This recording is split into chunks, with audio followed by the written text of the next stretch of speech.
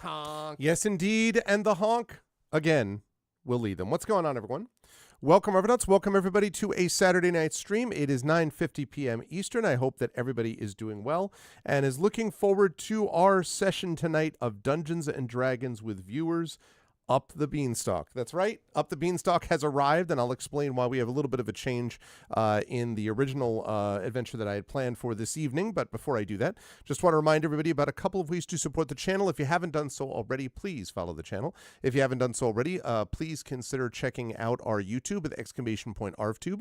And thank you to those of you who are watching over there today. I appreciate that. Discord, please subscribe there too. It is free for you to do that. Discord is !ArvCord. You can hang out with the Arvanauts in between streams. Blue Sky, !ArvSky. Please follow me over there. And the website for all this is arvaneleron.com. Financially, !ArvShop. That's the merchandise area. !ArvTreon is the Patreon. We're really trying to build that back up into triple digits. That really will help do things like continue sessions like this and all that. So please do consider supporting us there.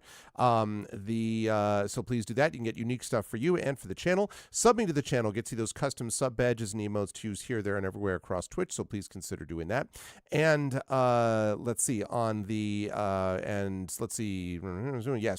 publishing on the publishing side. Exclamation Point Icarus is my graphic novel from Athos Arts. Exclamation Point Library, that's my Tales and Tomes in the Forbidden Library. That's my 5e adventure and sourcebook from Alligator Alley Entertainment. And Exclamation Point Greyshade is my Greyshade IP, Greyshade, Renegade, and Heretic, the Grey Assassin trilogy from Athos Arts, available at that link. You can also get the audiobooks of the first two books in the series, Greyshade and Renegade.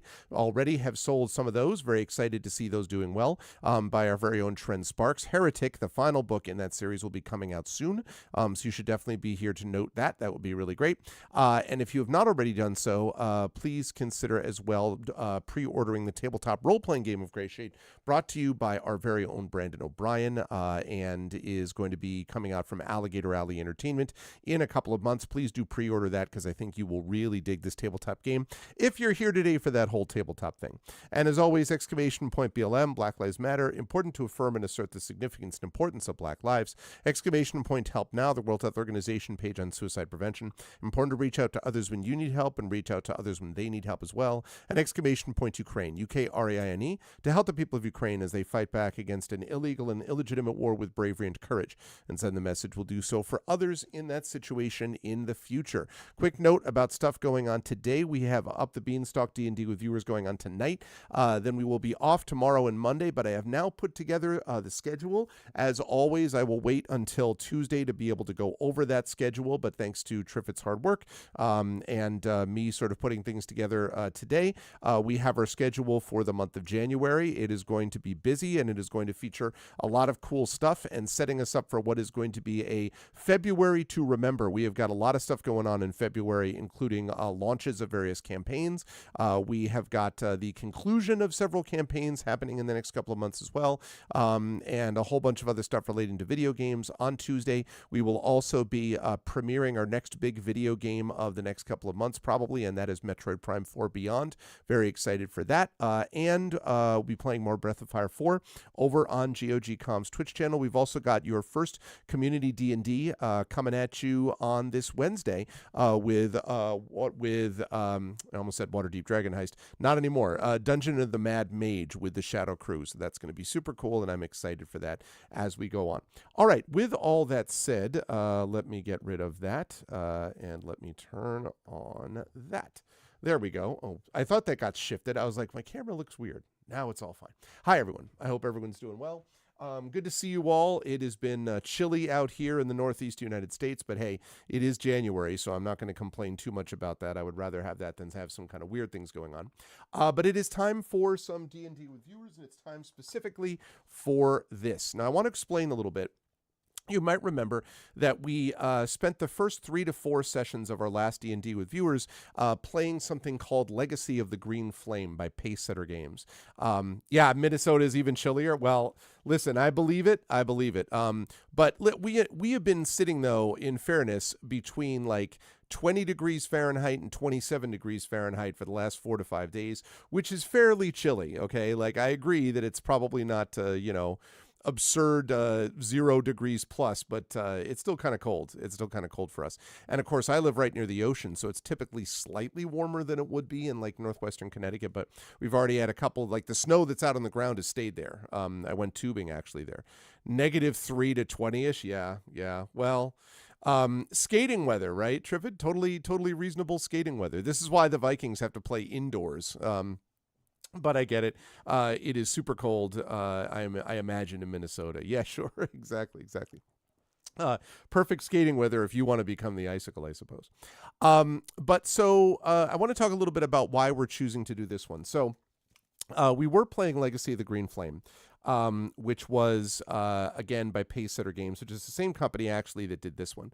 But the reason that I made a decision to switch it was I spent a lot of time, and in fact, I was going to be going live around 9:30 tonight after family stuff, and then I ended up having to wait a little bit longer.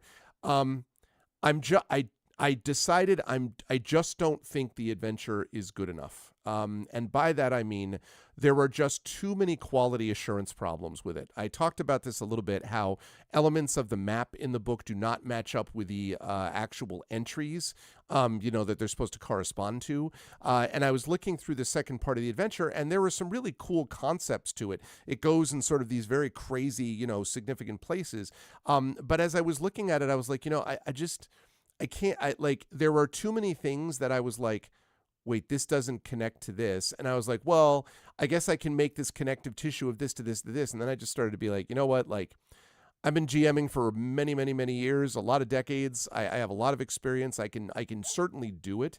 But there's a certain point where I'm like, I just don't want to have to do all of this extra work based upon the fact that the game itself just isn't put together well. And I was disappointed about it, honestly, because Into the Unknown I thought was a pretty well-rendered and pretty coherent D&D adventure. I mean, there were, little minor things here and there, but for the most part, I think it was well put together. And I was excited in principle, but it just felt a little rushed to me, quite honestly, with production.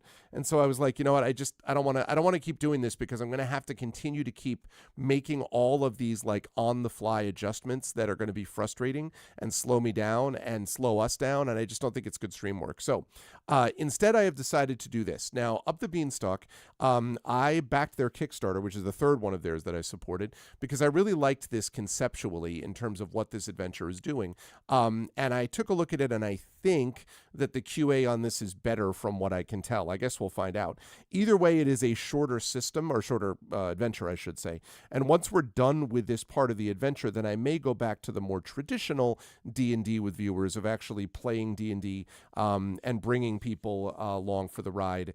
So I'm thinking that that's probably what I would do in a couple of months, which is the next time that we would stream. Well, I don't know that we're going to finish this tonight, but when we finish this, the next session after that, which would be about a month and a half later, or 2 months later, I would probably then go back to D&D with viewers regular. So we've got a lot of D&D for you coming up. We've got a lot of other tabletop games coming up as well. I may announce, I'm thinking I probably will officially announce the full cast for and game of the upcoming tabletop game, which will be coming in after we finish Beowulf. Tari and I should be finishing Beowulf this month, and so launching in February will be the new campaign, and I am looking forward to talking about that. We are already well into progress with that. We're going to be doing a session 0 later on. The only one who knows this officially completely is Triffid, who is sworn to secrecy until I reveal it to the masses. But anyway, so I am. That's basically the deal with that. But I am excited for this. I do think that this is going to work out well. And what we need to do is we need to pick a character. Now, I normally in the past, there have been times where we've actually built our entire character from scratch. But I think to save time, I am going to eschew that system, and instead we are going to make a choice, make a vote, if you will, between pre-constructed character options. Secrets are fun, right? They really are.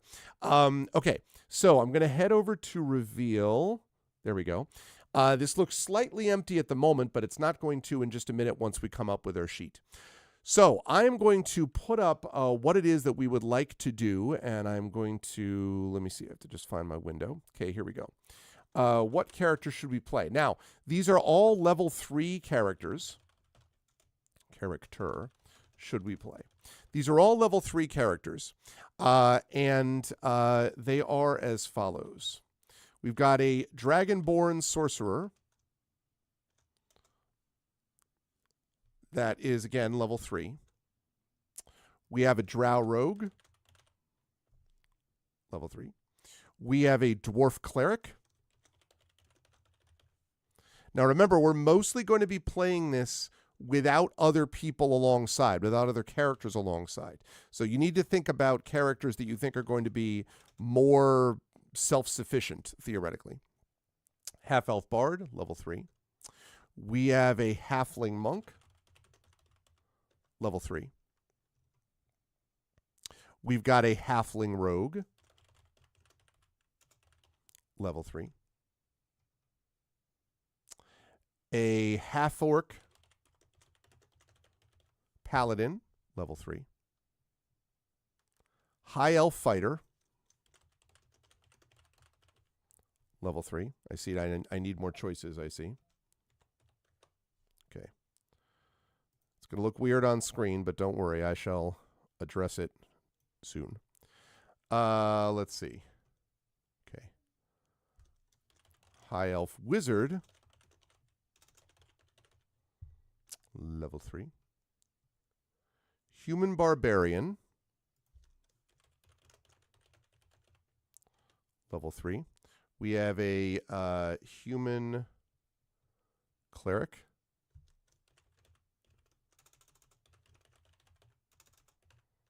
level 3. Now I'm starting to wonder if I should have chosen the species first. Human Druid, level 3. But I will make this a multi-option, so this will work out. I'm gonna compress this if I can. Oh, I can't compress it. Well, okay. You know what then? I'm gonna have to do this differently. Okay, we're gonna have to do this differently. All right.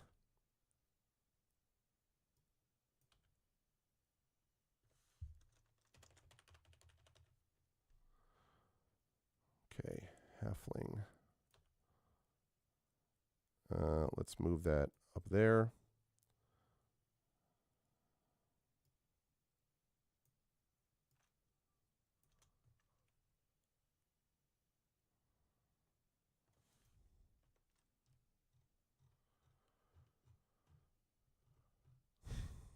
Okay, we're going to do a Halfling. And what we'll do is if this gets picked, we'll actually choose which this actually works out to. High Elf, Fighter, or Wizard.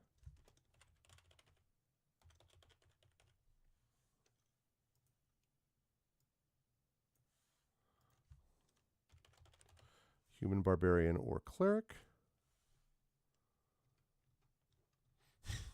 Or Druid, actually. Or Fighter. Or Paladin.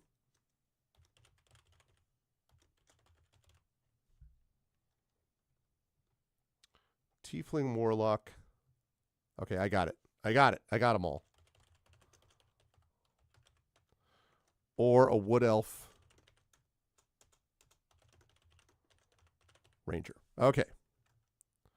So now, let's drop that down to 10. Lovely. Okay. Hey, Prince Justin. Hello, hello. Good to see you. Okay. So, here's how we're going to do this, folks. I know this looks a little weird. So, just bear with me as I fix this on your screen. Okay. So, what you can see above you, or see right now in the chat, and actually, can I move those polls? Maybe I can move that poll thing up a little bit. Just for this. Yeah. There we go. Great. Okay, so here we go. So we have right now a choice of a Dragonborn Sorcerer, a Drow Rogue, a Dwarf Cleric, a Half-Elf Bard, a Halfling Monk or Rogue, a Half-Orc Paladin, a High Elf Fighter or Wizard, a Human Barbarian Cleric, Druid Fighter or Paladin, a Tiefling Warlock, or a Wood Elf Ranger. So what I'm going to do is I'm going to open this up, and I would like you folks to vote for 2 of these choices, okay? So you get to vote for 2. $vote space, the one that you want. Now, if you vote for one of the ones that has multiple classes listed, if that one ends up being one of the ones that wins, we will break it down further. So in other words, if number 8 wins, right, Barbarian, Cleric, Druid, Fighter, Paladin, those will all become separate choices from which you may choose, okay? So I'm going to take, let's say, the top 4 vote getters here, and then we will narrow it down further. So Dragonborn Sorcerer is $vote space 1, Drow Rogue is $vote space 2, Dwarf Cleric is $vote space 3, Half Elf Bard is $vote space 4, Halfling Monk or Rogue is $vote space 5, Half Orc Paladin is $vote space 6, High Elf Fighter or Wizard is $vote space 7, Human Barbarian Cleric Druid Fighter or Paladin is $vote space 8, Tiefling Warlock is $vote space 9, and Wood Elf Ranger is $vote space 10. You can vote twice for these. So if you vote twice for these, you vote for 2 different choices, and then the top 3, let's say 4 choices, I'll narrow it down, and that will give us a lot more to work with in terms of, rather than giving you 18 different options that you have to choose from, okay? So please vote for your top 2 characters that you would like to play. These are all pre-generated, and they're all level 3. Okay, they're all level 3 characters. And Prince Justin, those of you who just came in, by the way, the reason that we're doing D&D with viewers up the Beanstalk rather than Legacy of the Green Flame that I mentioned at the very beginning is that I just decided that I just don't think Legacy of the Green Flame is good enough for us to play. And I don't mean that to be harsh. I just don't think that it's credible enough because the QA wasn't good enough. As I was going through prepping for what we'd be doing today, which is one of the reasons that I was a little late, by the way, I just kept looking at it and being like, hey, Wispy Song. I kept looking at it and being like, this isn't right. Like, I'd have to make these changes and fix this and do this. And like, at a certain point, I was like, God almighty, man. Like, I can't. I just decided I did not want to go through the extra work it was going to involve to try to fix up the connective tissue, as it were. And so that's why we decided to do what we're doing. Up the Beanstalk, I think, is a little bit better, but we shall see. Yes, votes are completely spread. We do have a couple people who want to be Dragonborns, but... Okay, so what we're looking for is the top vote getters here. The top 4 vote getters are going to make it into the finals. So basically what I'm trying to do is I'm trying to eliminate 1 or 2 of these if I can. So if you haven't got your vote in already, yeah, listen, I have a player that I played with once, Prince Justin, who played a Dragonborn, I think a Dragonborn sorcerer also, and he had a T-shirt that said "Because Dragonborn, that's why," and it just had like a symbol of a Dragonborn head. Like, I get it, you know, like I get it, I understand, I follow the logic, so I totally get it. So I will take the top 4. I might even, depending on what we look like here, I might even take the top 3 vote getters. So again, you can vote for 2 things. So if you haven't already done so, you can get your votes in here. $vote space 1, it would be the Dragonborn Sorcerer. Right now, $vote space 5 is the Halfling Monk or Rogue. $vote space 6 is Half Orc Paladin. $vote space 8 is Human Barbarian Cleric Druid Fighter Paladin. $vote space 10 is Wood Elf Ranger. So please feel free to get your votes in. Dragonborn are cool. Yeah, I do not deny it at all. I do not deny it. And if you need to change your vote, understand. If I absolutely have to, what I might also do, because this isn't hard to do, I might just cut the ones that don't get any votes, and then we might do it again and see if we can narrow it down further. So I might actually do that. That's possible also. So I will last call this. Last call, last call. Going once. Going twice. Alrighty. Okay. So we're going to clear the Drow Rogue. We're going to clear the Cleric. We're going to clear the Bard. We're going to clear the High Elf. Let's move these up here. Again, thanks to Effect Life for making this 10 times easier than it used to be. Okay. Yeah, but that's okay. That's because people are just filtering in, so that doesn't surprise me. All right. So now what we're going to do, oops, and nothing for the Tiefling Warlock either. Okay. Now what we're going to do is we're going to do this again. So now what I'm going to do is we're going to look for, again, you can vote for 2, I think. No, you know what? Let's vote for 1 this time. And we're going to reduce the number of options to, not 18, God help me, 8. Okay. I'm going to open this again. All right. Now you get to vote for your top choice. Okay. So you get 1 vote only. $ vote space 1 is Sorcerer, Dragonborn Sorcerer. 2 is Halfling Monk or Rogue. 3 is Half-Orc Paladin. 4 is Human Barbarian Cleric Druid Fighter Paladin. 6 is Wood Elf Ranger. Now again, if you choose Halfling, the number 2 one, which is Halfling Monk / Rogue, that means that we will then have a separate vote to decide whether you're going to play the Monk or the Rogue, okay? Same thing if we do the Barbarian Cleric Druid Fighter Paladin, that means we would have a separate vote to decide which of those that we're going to play. But otherwise, I'm going to take the top 2 vote getters. If I don't get 2 vote getters and I only get Dragonborn Sorcerer, well, then that'll make it super easy.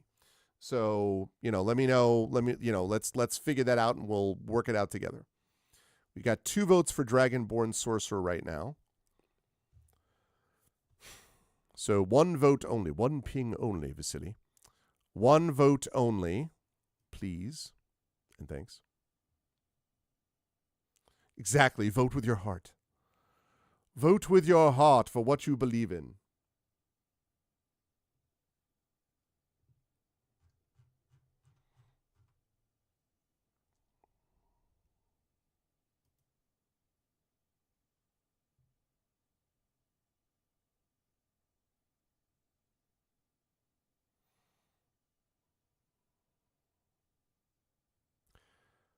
Okay.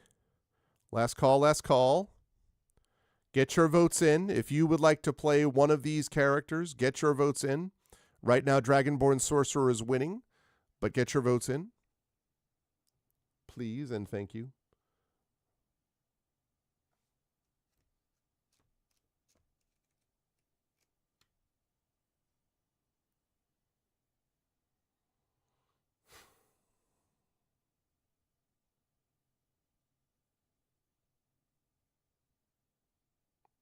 Oh, I just realized I can't use what I was going to use for that. But that is okay because instead what I'm going to do is open it with this.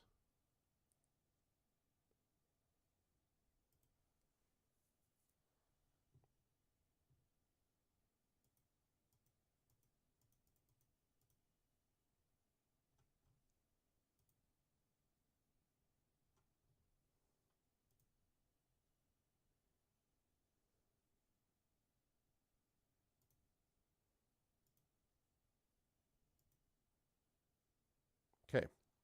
All right. Going once, going twice.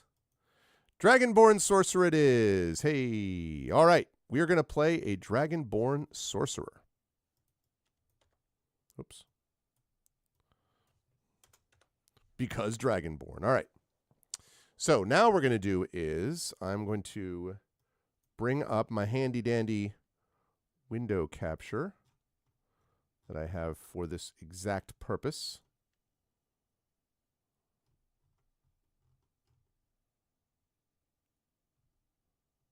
As soon as I find it. There it is. Okay. So, there we go. All right. So, now what I'm going to do is just going to do a little quick capturing here. And then we're going to meet our hero, so to speak.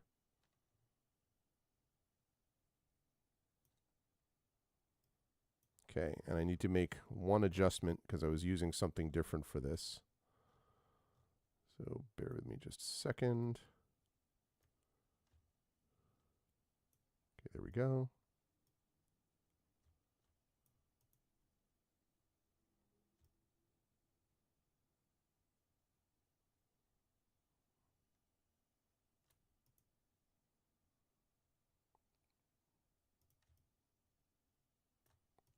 Okay.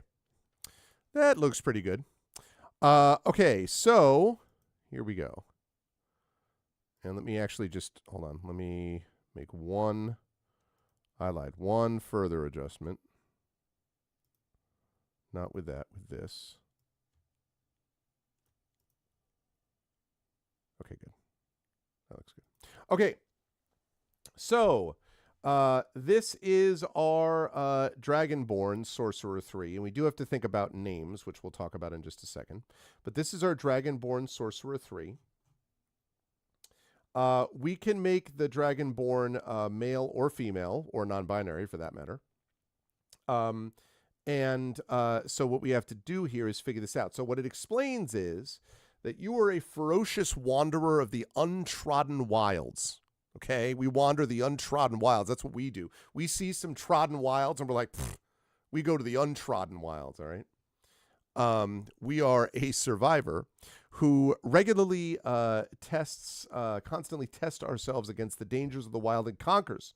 Despite our self-sufficiency, we have tired of a life alone. I think I can understand that, right? Like, I think it's reasonable to have to tire of a life alone. Our clan is far, but these companions are the closest thing to a tribe. As long as they can prove themselves worthy of our company, we will travel with them. So we have the following things. First of all, we have an excellent memory for maps and geography. We can always recall the general layout of terrains, settlements, and other features around us. In addition, we can find food and fresh water for ourselves and up to 5 other people each day, provided that the land offers berries, small game, water, and so forth. We once ran 25 miles to warn our clan of an approaching threat, and we would do the same again. I agree. To dishonor ourselves is to dishonor the clan. Our clan is the most important thing in our life, even when they're far from us. And the flaw is that it is nature's way that the strong survive and the weak perish. We got to get a little more understanding, okay? Okay. We have silver draconic ancestry, so we have a cold breath weapon, which recharges after we finish a short or long rest. Use our action to exhale cold energy in a 15-foot cone. We have dragon ancestry, so we double proficiency if we run into dragons here. We'll see if we do. We have draconic resilience, which is good. We have spell casting.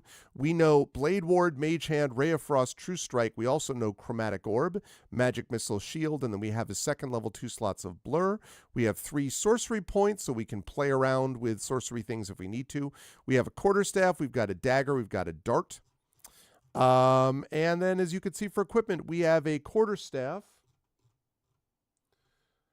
We have 20 darts, 2 daggers, explorer's pack. We have a drum crafted from a bear's skull because, you know, if we want to untrod these wilds, we have to make sure we're doing it to a beat, okay? A beat from a bear's skull, super metal. Hunting trap, component pouch, including a 50 gold piece diamond, potion of healing, traveler's clothes, and a belt pouch. Now, the one thing that we don't yet have, though, is we don't have a name. And so we need to think about a name. So I will take nominations right now for a name for our character. What is our character going to be named? Is our character going to be named? Give me some suggestions for female or male or non-binary or non-specific names. We have Argenta. Anastasia. Is it Anastasia or do you want it to be Anastasia, Wispy? Because the traditional spelling is Anastasia, but you mean Anastasia?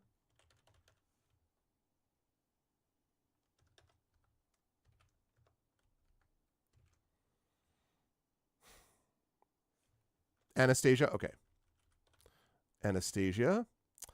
We've got Dofria. Ooh. Dofria, nice. How about, no problem. How about Dragonia? No, just kidding. Smoget. No, it's just kidding. Can you imagine? Or just straight up smog. It's not a violent, we're not breaking, the Tolkien estate should not come shut us down. It's just smog. It's just regular. I'm just kidding. I'm not going to do that. Okay, Argenta, Anastasia, or Dofria. These are 3 good choices.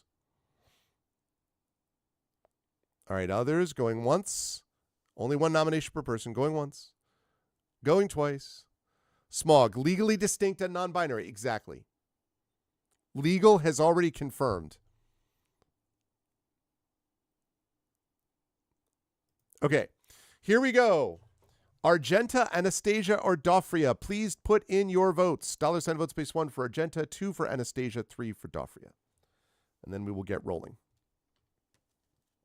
While you folks are doing that, I'm going to add a couple of musical tracks here.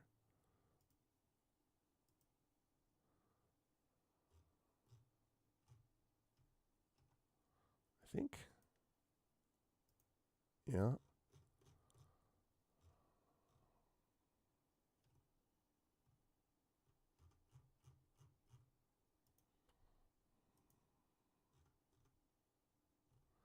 Just checking something. Hold on. Oop, nope. Let's add that.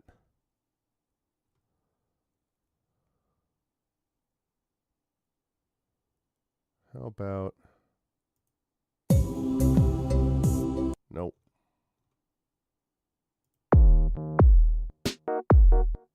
Nice, but not quite right.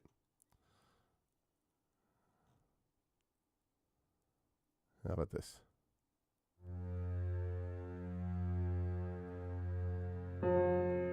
Ooh, nice. Perfect. Okay, great.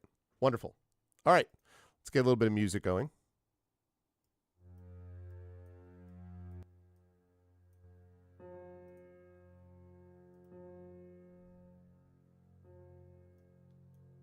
Okay. I see that we have a tie vote. We have exactly a tie vote. I see. We will need someone to break this tie.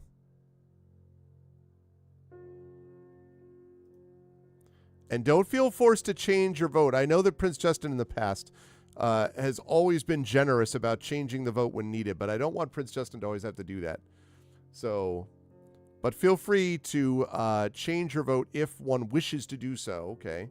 And or get your vote in if you haven't voted yet for either Argenta, Anastasia, or Dofria. Also, am I pronouncing that right, Prince Justin? Is it Dofria, as in like Dauphin? So Dofria, or is it Dowpria? Damn it!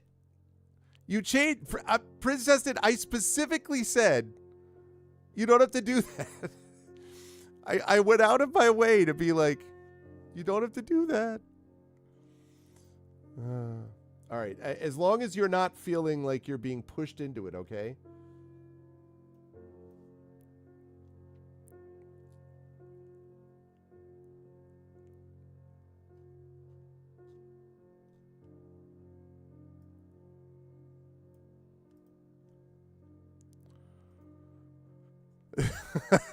I see. So we've now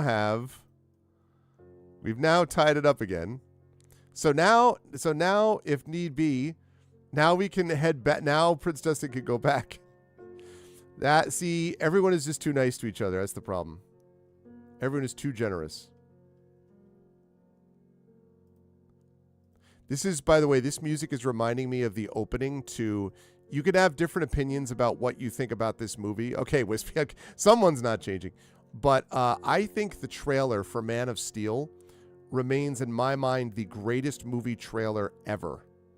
That's how good it is. And this music is what they have. It reminds me of this piano music at the very beginning. I know the movie itself has some problems, but I still maintain that wasn't Henry Cavill's fault. All right, we do need someone else to be able to change votes. So does that mean, so Prince Justin, do you want to go back? So maybe you should go back. Maybe you should go back to Dofria now. You know?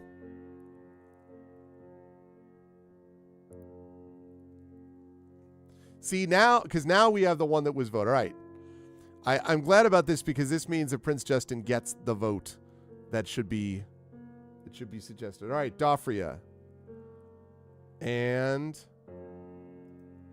Dofria wins. Congratulations. Okay. Let's see. Now, let's see if I can write on this. I'm using a tool that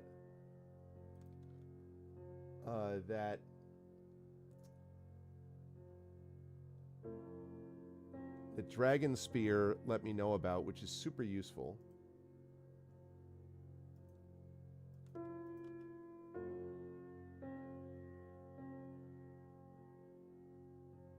Can I edit this? Okay, wait. I'm gonna open this up in something different then, because I want to be able to edit it on the fly.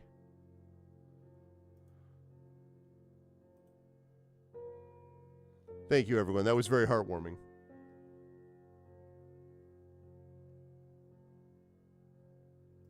Creator? Nope, that's not it. That's not the one. Nope. How about...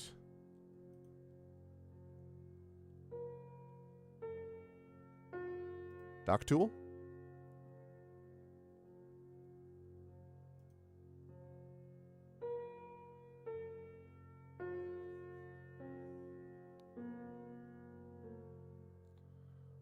Let's see. I want to be able to...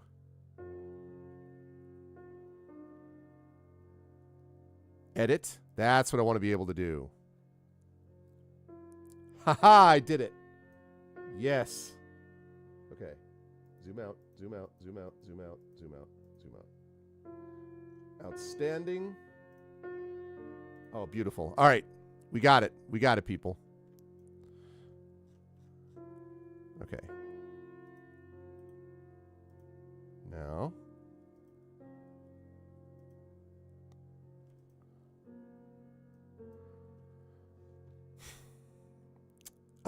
Yes. I agree. I called my congresspeople this morning, and my congresspeople are all pretty good on this stuff. Like, Himes is the ranking member of the Armed Services, I think, and came out with a very strong and definitive statement about how this can't be allowed. And Murphy, Senator Murphy, is excellent senator. And, Blumenthal even is good on this stuff. So, yeah. But I still left messages, and, yeah. We won't discuss it here except to say I'm with you. I agree. And that's one of the reasons I was looking forward to doing this tonight. Not because, why aren't you doing... But it's important to, you got to be able to also take some breaks and kind of, recognize some good in the world with community that we possess, because my goodness, man. Okay. It might be, but it doesn't matter in a way, because whether it is or not, it's an insanely illegal overreach. So, it may or may not be a distraction. I don't even know that he knows what's going on. It doesn't even matter at this point. But I'm going to get into that right now. Except to say I agree, Trivid. I'll just say that for now. Okay, so we have got our... Oh, that's right. I did this so that I could write in text. Okay, we're going to add text here. And it's going to be... Let's make it...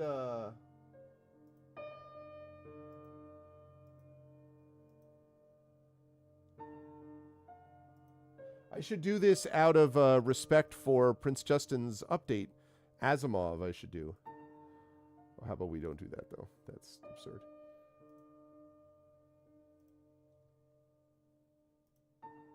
No. Distant Galaxy. How about Cracked... What? Some of these names, man. Okay, there we go. That's what we're looking for. Okay. So... Oh, I see, Wispy. I'm sorry. My bad. I apologize. You were agreeing, and what I ended up doing was being like, yeah, because of this thing, and then I made it more of a distraction myself. My bad.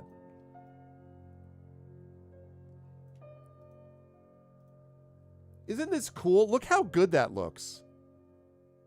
For 3 seconds of time. So this is Dofria. Again, I want to give high credit to... this is, in case people are curious, this is PDF 24. This is an open source program. This is easily the best PDF editor I've ever run into, and it has the added benefit of not being Adobe, which if you know, right? If you've ever had to use Adobe. So this is great, and extra credit to Dragonspear, who is the one who told me about this. PDF 24, PDF 24. It does everything. It edits, compresses, mixes, matches and everything. Very, very cool. So highly recommend. As you can see, my trying to do that on other editors was just so hokey. But this one, 1 to 34 were awful. But PDF 24, PDF 24 is open source. And I like open source stuff anyway, but especially when it's good. All right, so there we go, Dofria. All right, we are ready to go. We got our level 3 going. Yeah, 1 to 23 were terrible. Exactly. All right. Well, we are here, folks, and so the time has come for Up the Beanstalk. All right, everyone put your thinking caps on, and let's get ready to have some good distractions in this case. Chapter 1, Humble Beginnings. Today is the 4th Sunday of June, 3E904, 24 years after the fabled Jack went up a mysterious beanstalk that sprouted overnight. On the anniversary of this day every year, brave adventurers ascend the stalk in an attempt to return Jack to his home of Farador. However, in recent years, fewer and fewer adventurers have ascended the stalk for one simple reason. None have returned. You see, Farador is a rather uneventful realm. Aside from a dark wizard who attempted to destroy the entire city of Mackendire, the threats that face this region range from wild boars to orcs exiting the mountains to the east. So when a grand adventure, such as climbing to the clouds, presents itself, the heroic types generally stand at the ready. Last year, not a single adventurer ascended the stalk. Jack's mother still lives in the shabby old farmhouse that both she and Jack once dwelt in. Over the years, the friendly citizens of Farador have pitched in to fix it up for her. Jack originally meant to sell their mightiest cow for enough gold to make the repairs. All they received in return was tragedy and sorrow, and magical beans that then grew into a giant beanstalk. Story sounds familiar.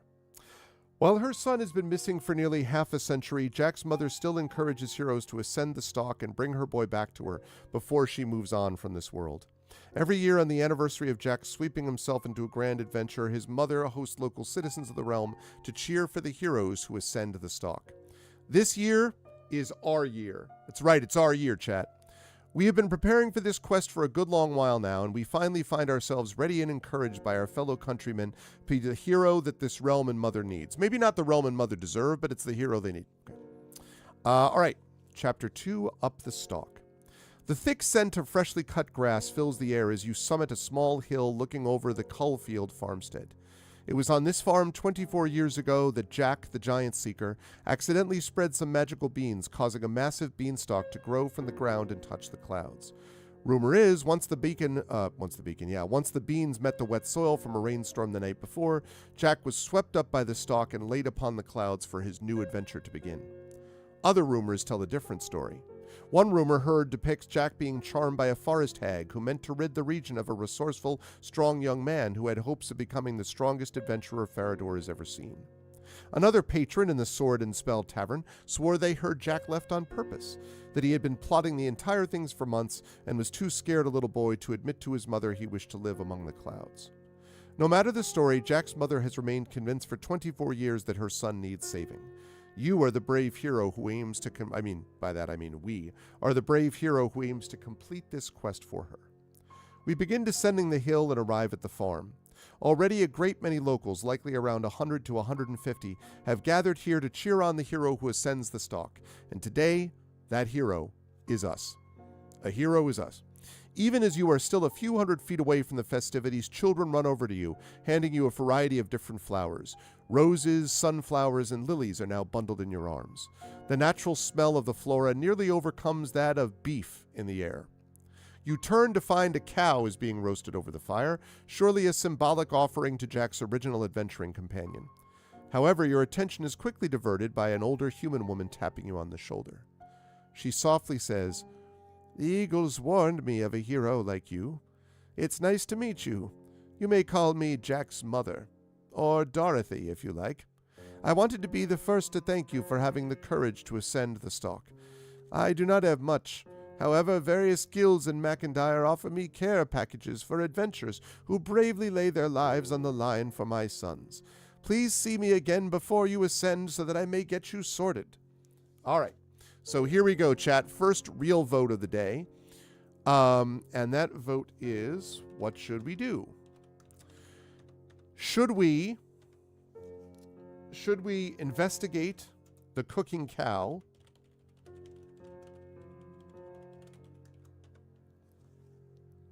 Should we ask a local for advice?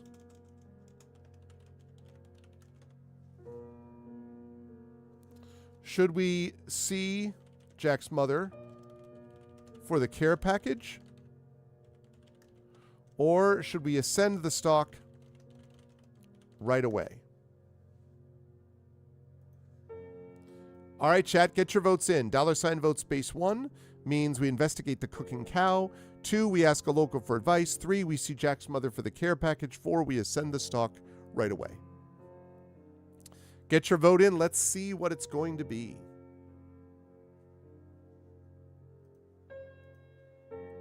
I like this. Can we get a sound effect for cooking?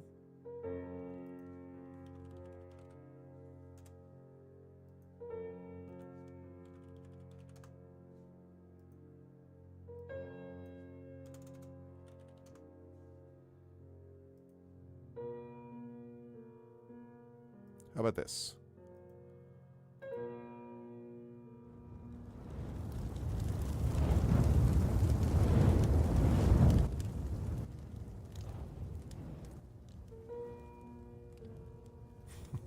There we go. Just want to make sure we got that cooking cow music in there, you know.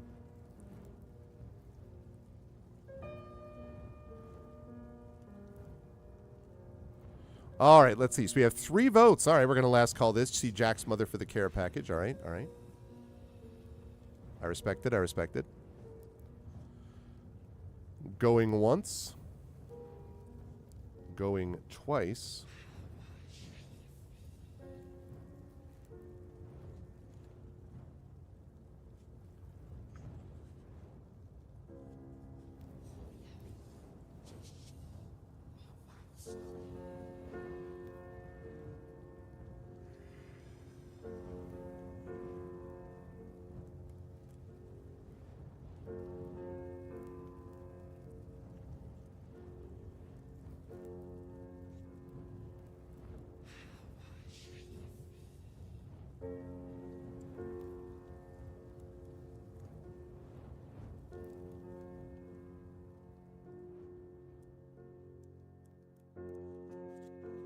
Okay.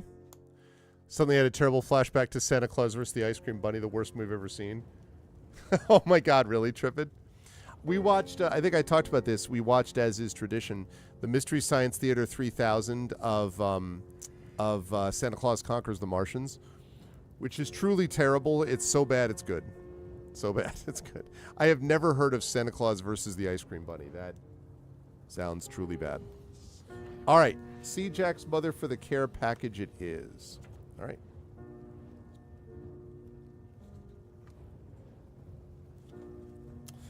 You make your way over to the quaint farmhouse Jack's mother still calls home.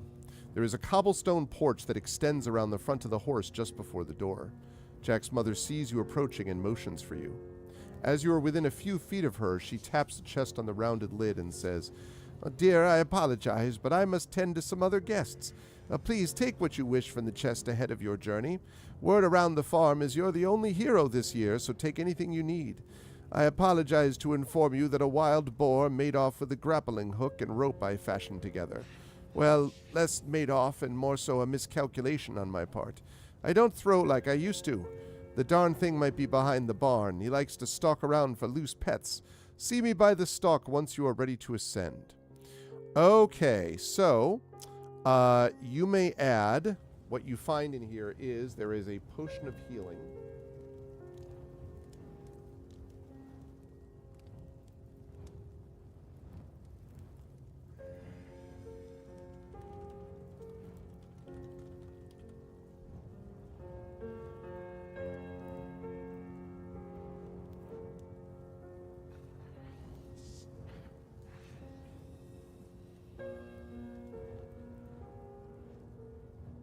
Okay. Second potion of healing.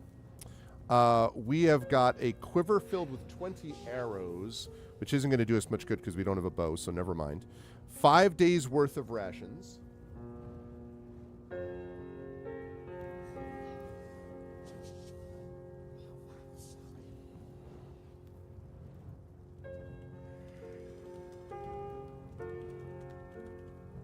Okay.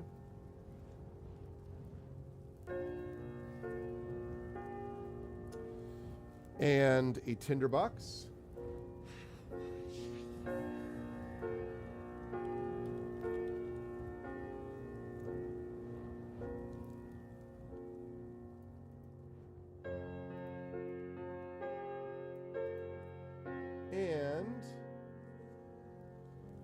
2 torches. Whoops.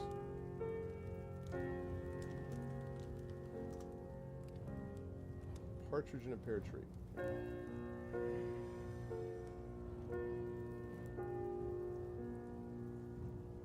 There we go.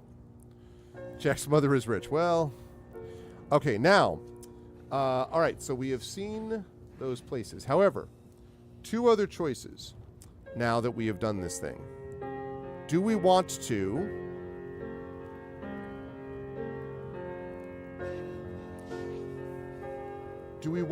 begin our ascent up the stalk, or attempt to retrieve the grappling hook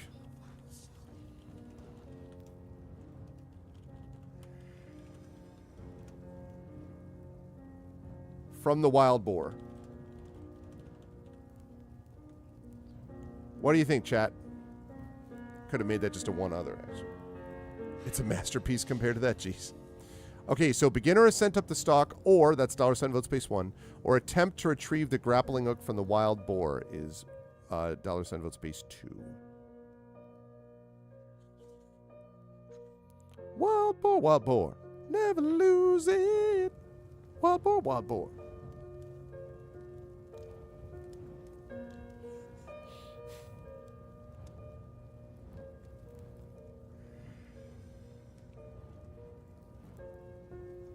Vicious mockery. We want to viciously mock the boar. You're not even a real pig. What? We're really going to bring home the bacon on this quest. How dare you? Yeah, fine. Ham it up.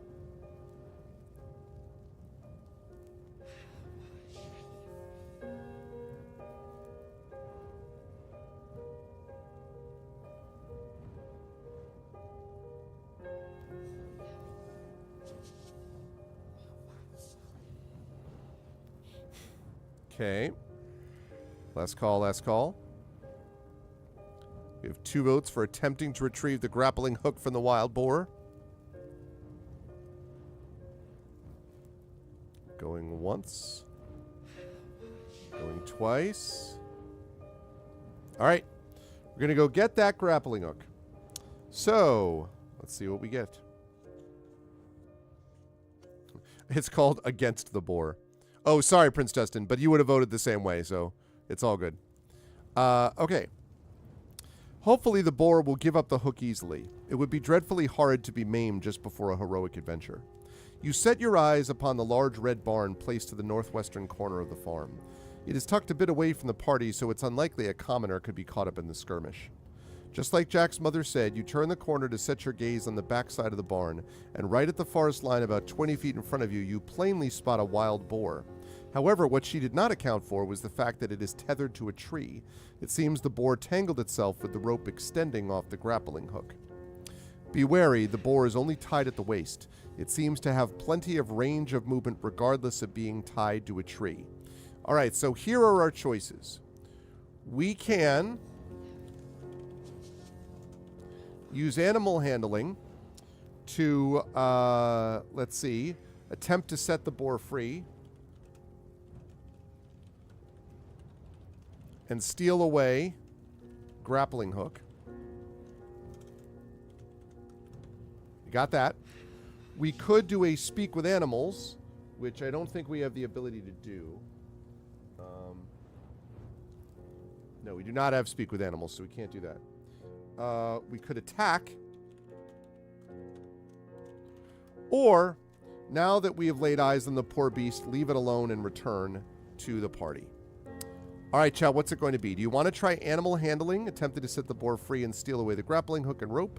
Do you want to attack, or do you want to leave? Now, on the animal handling front, as a reminder,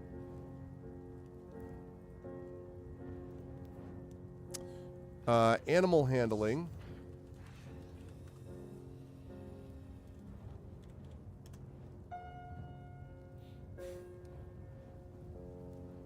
is a wisdom check, and we have wisdom +1.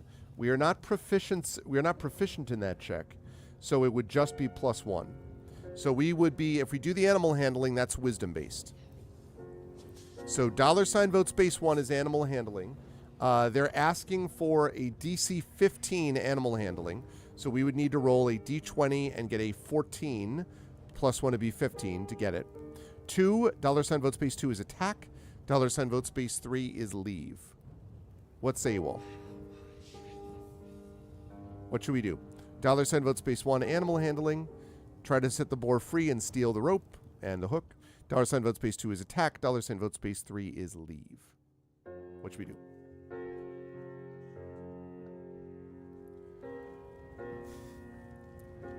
Wispy thinks we should attack the poor innocent boar. Prince Justin thinks we should set the boar free and steal from the innocent boar. All right. 1 vote each right now.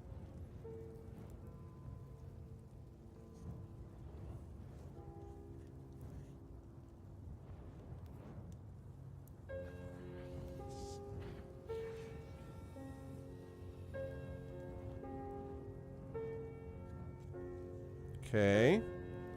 Harder but more palatable. But not as delicious. Sorry. Too soon. But not as scrumptious. No, just sorry.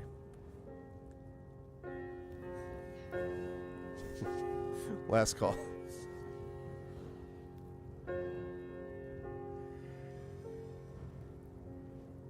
It's very chill, this music. It's very much like, you know, we'll do something a little bit more upbeat when we actually start moving. Right now it's very like, I expect someone to be like, you are sitting at the edge of an ocean. Breathe in. Feel the waves moving in and out. It's a little bit too meditation app maybe for this. Okay. Going once, going twice. Animal handling it is. Okay, so since we have decided upon animal handling, that means it's going to be our first die roll of the night. So let me get that going up here, and there we go. Okay. All right, so we are going to need to, I would need to ask if someone would be so kind as to volunteer to roll dice. You can do that in the chat by doing, I believe it is $roll space 1d20 plus 1. $, and so don't everybody do it. One person has to volunteer to do it. Otherwise, it's going to get confusing. $roll space 1d20 plus the symbol plus 1. And that will give us our animal handling check. Who would like to volunteer?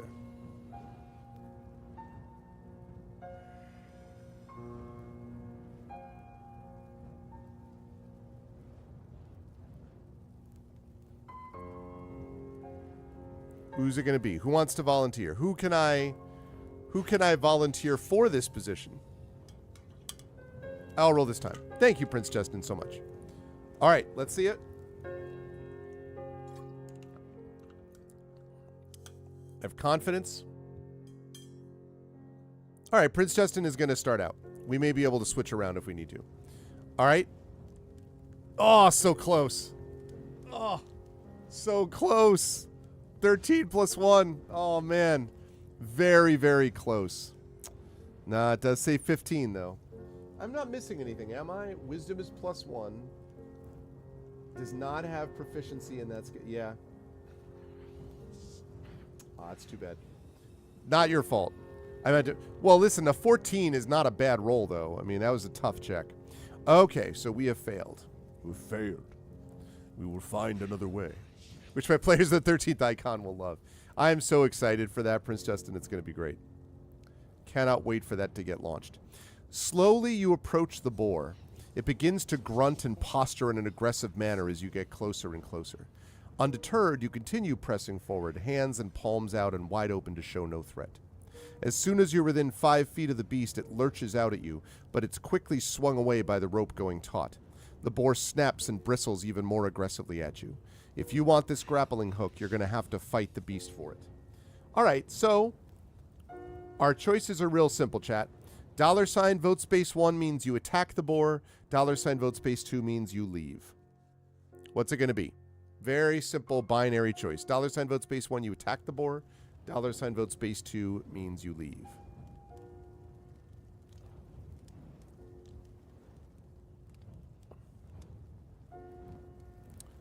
What's it gonna be? What's it gonna be?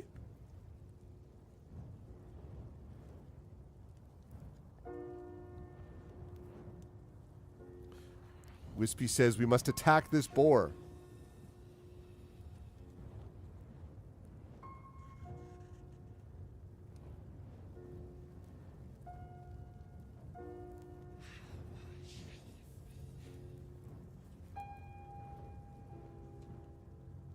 All right, we got one vote so far. $sign vote space 1. We have attacked the boar. Other choices? Excuse me while I use my Christmas present of a convenient back scratcher.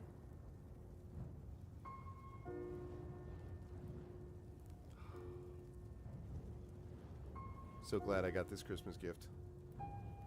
Whew.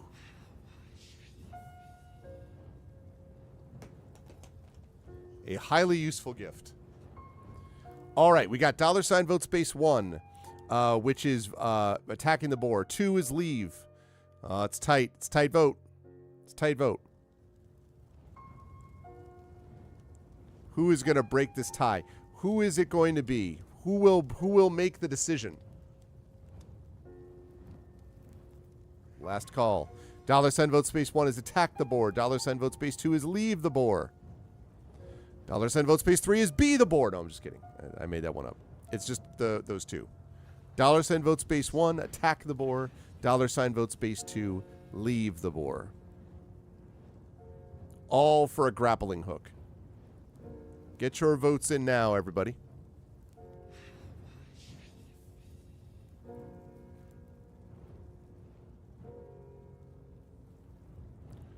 What's it going to be? What's it going to be?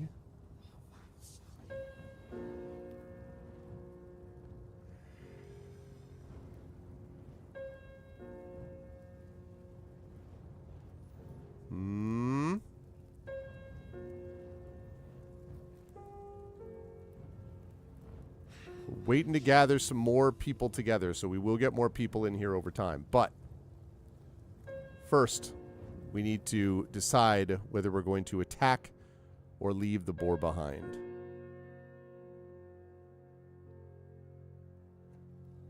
Last call. This next vote, whatever the next vote turns out to be, is probably going to change it. Attacking the boar. Going once. Going twice. All right. Triffid has made the decision. All right, the time has come. It is time for us to... This was great. I appreciated this. Good music. We'll come back to it at some point. But for right now, we need some combat music. So let's see. How about... let's get some combat music going here.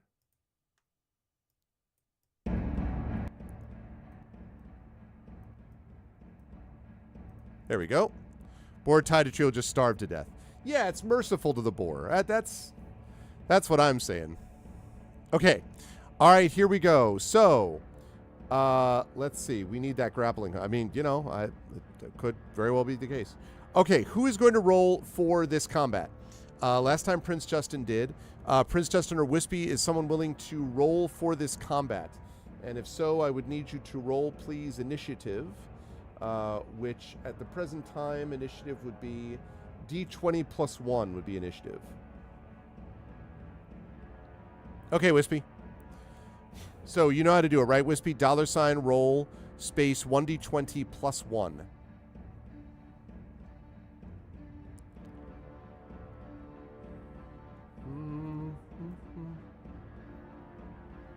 Almost. Well, first of all, it's $ roll. It's yeah, $ ROLL, and then space D20, and then plus the symbol plus 1.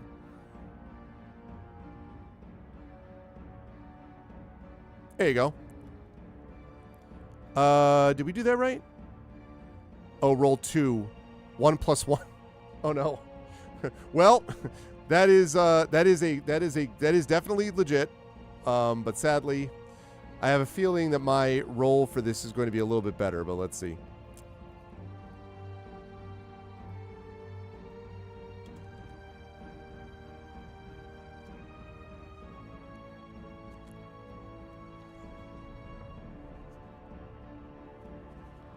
right, do we have this bestiary? Hang on a second. Okay. That is definitely an initiative roll. All right. Let's see.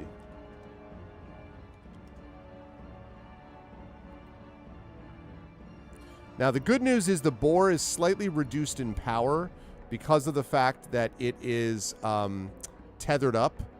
So the boar starts combat 5 feet away from you, but it may not venture further than 30 feet from the tree, and it is currently 15 feet away from the tree. So if I roll d20, 19, yeah, it is going to go first. All right, so let's see, 5 feet away.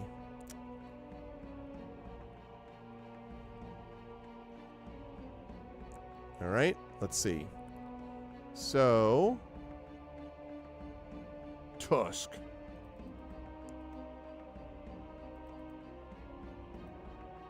All right, so it rolls a 4. So it completely misses. I also critically missed here. So see, it all worked out. It was just fine. Okay. All right, now it is time, and I guess Wispy, since you started, we can keep going. Now we have to decide what we want to do to attack it. Now, we have a couple of options here. We could attack it in melee, or we could hit it with cold breath, although that seems a little early, or we could Ray of Frost it. We have a couple of options, basically.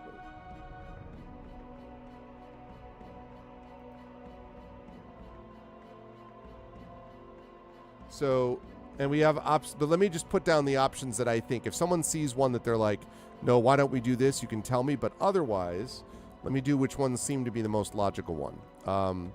Attack with a quarterstaff. Attack with a dagger. Attack with a dart. Or, let's see. Cast Ray of Frost. Or the classic cast Magic Missile. Oops, sorry, I never closed that one. Sorry about that. Okay, blah, blah, blah, blah, blah. Okay, here we go. So, $ vote space 1, we attack with quarterstaff. That's in melee range. 2, we attack with dagger. That's also in melee range. 3, we attack with dart. That's a ranged attack, so we would back up. 4 would be casting Ray of Frost. That would also be backing up and then doing that. Ray of Frost. 5 would be the range on Ray of Frost is 60 feet. So you could back up out of the way and then just basically hit it from a distance. Honestly, we could just constantly Ray of Frost it and it would totally be safe. I mean, it's slightly cheesing it, but whatever. Or we could cast Magic Missile, which obviously... Yeah, I mean, hey, Excel, we could just back up and just be like, zap, zap, zap, zap, zap, you know? And it costs no spell slots. Exactly. Exactly. All right, so last call. Extra cheese for me. What's up, Dragon Spear? How you doing, man? All right, Dragon, we are about to attack a boar with a Ray of Frost. I think we're all on board with this. Going once, going twice. Bacon-wrapped steak. All right. Here we go. So Ray of Frost time. Okay. So for the Ray of Frost, what we're going to need to do is we need to make a ranged spell attack. Now, a quick look at our features will say that we have +5. Okay. So we're going to do D20 +5, Wispy, please. If you could roll D20 +5, we're going to try to hit this boar.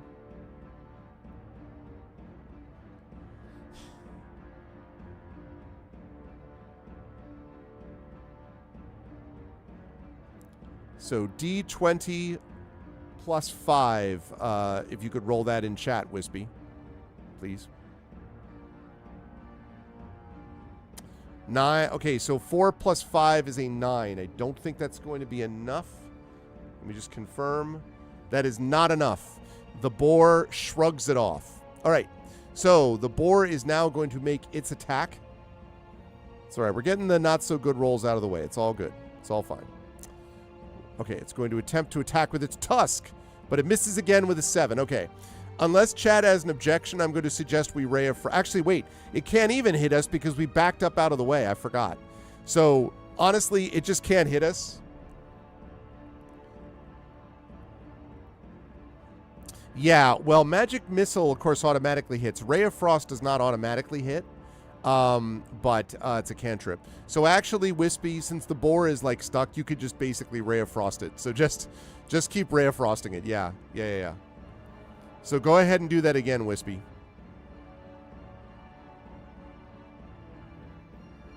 Is it cheesy? Yeah. What we're doing is we're freezing the meat for later consumption. It's the safe play. We're preserving this meat. Okay? Know what I'm saying? So same roll again, Wispy. Please. Preserving it for later use, like 10. We're getting closer. 5 plus 5. Yeah, we're getting closer, but we have not hit it yet. It's not quite enough to hit it. Go ahead and roll again, though, Wispy, because what it does is it's like...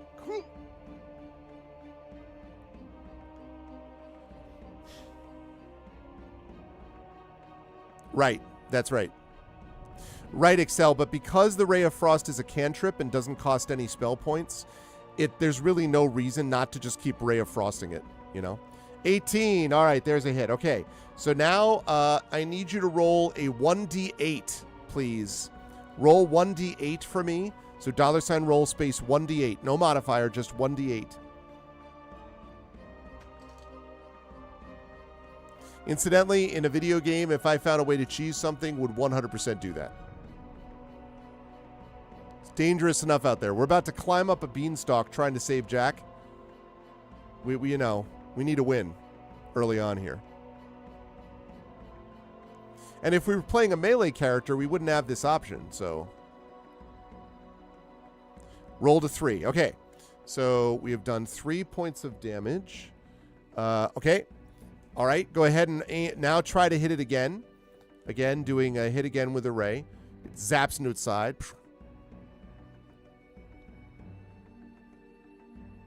Right, but it can't move right now, Excel. It is only able to move up to 30 feet from the tree before the tether that's like wrapped around it stops it. So we are basically, and the Ray of Frost is 60-foot range. So we just backed up and we're just firing at it. 11 will hit. It has an AC of 11, so 11 will in fact hit. So go ahead and roll your damage, Wispy.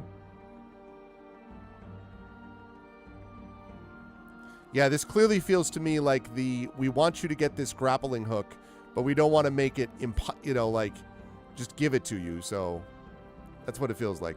5. Okay, 8 points of damage total. Starting to look pretty messed up. It looks pretty hurt. Go ahead and fire away again. It's also moving slowly. Oh, I see what you mean. Minus 10 feet because of the Ray of Frost. Yeah, it's doing that even more so. Like, oh, yeah, it's going to keep trying, but it can't get to us, according to at least what this does. 19, another hit. Outstanding. Okay, let's roll damage. It's like trying to get to us. And it's been also killing all the pets. 4 points of damage. The Ray of Frost hits it in its side. The boar... and then falls over dead to the ground. From the bushes, Mrs. Boar runs over, sobbing. Ah! Little boar runs over, little mini pig. Mom, why isn't Daddy moving? Well, son... I'm just kidding. None of that actually happens. That doesn't happen. This boar, which has been killing innocent pets, has been defeated. All right, a new title has been unlocked. We are now Swine Slayer. And also, we are successful in our quest for the grappling hook and have a new meal to offer to the common folk who have gathered to watch our ascent. So, we now have...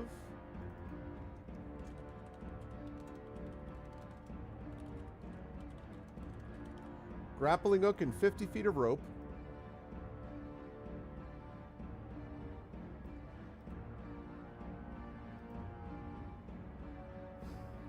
Okay, let's see. And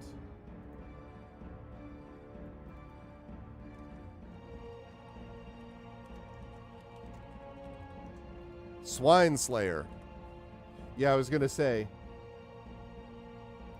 all pigs will remember that, right? That's going to be the way this goes down. Okay. Our powerful combat, which mostly involved us staying out of range and just shooting at it from a distance, comes to an end. Okay, we go back to what we were doing there. Right. Okay. So now we go back to area 1. All right. So our choices are as follows. We've now gotten the care package, and we have 3 other options that we can have at this point. The options are as follows. We could investigate the cooking cow. There is a cooking cow on a spit. This is just before we leave to go up the Beanstalk, by the way, for those of you who came in a little bit later. So we could do that. We could ask a local for advice. Or climb the Beanstalk. We got the care package and we got the grappling hook. So what do we want to do? Swine Slayer. He's the one with a butcher's touch. A magic touch. So yes, $ vote space 1 means we investigate the cooking cow. $ vote space 2 means we ask a local for advice. $ vote space 3 means we climb the stalk. So get your votes in here. I sense a meat theme. I know, I was wondering the same thing. Maybe that's just at the very beginning. We climb up and there's more meat, or you know.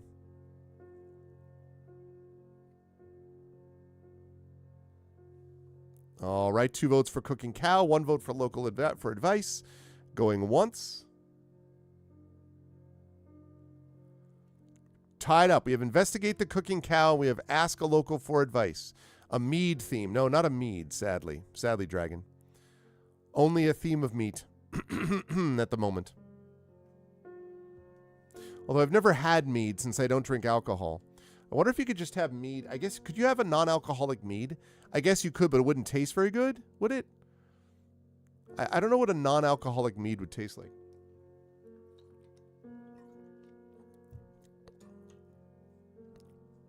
Go the cow, we can have a meat cute.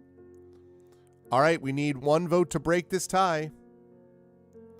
$ vote space 1 for cow, 2 for asking local for advice, 3 for climb the stalk. Let's get this last vote in, folks.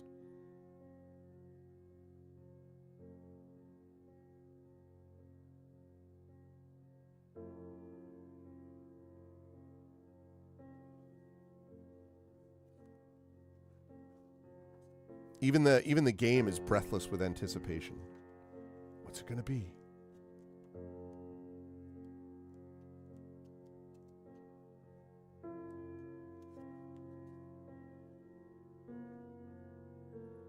Okay, what's it going to be? What's it going to be? We have a tie vote here. We need someone to break this tie.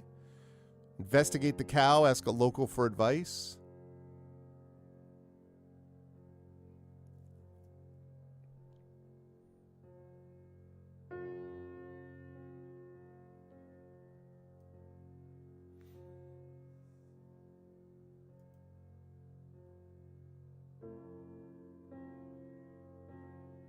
What do we think? What do we think?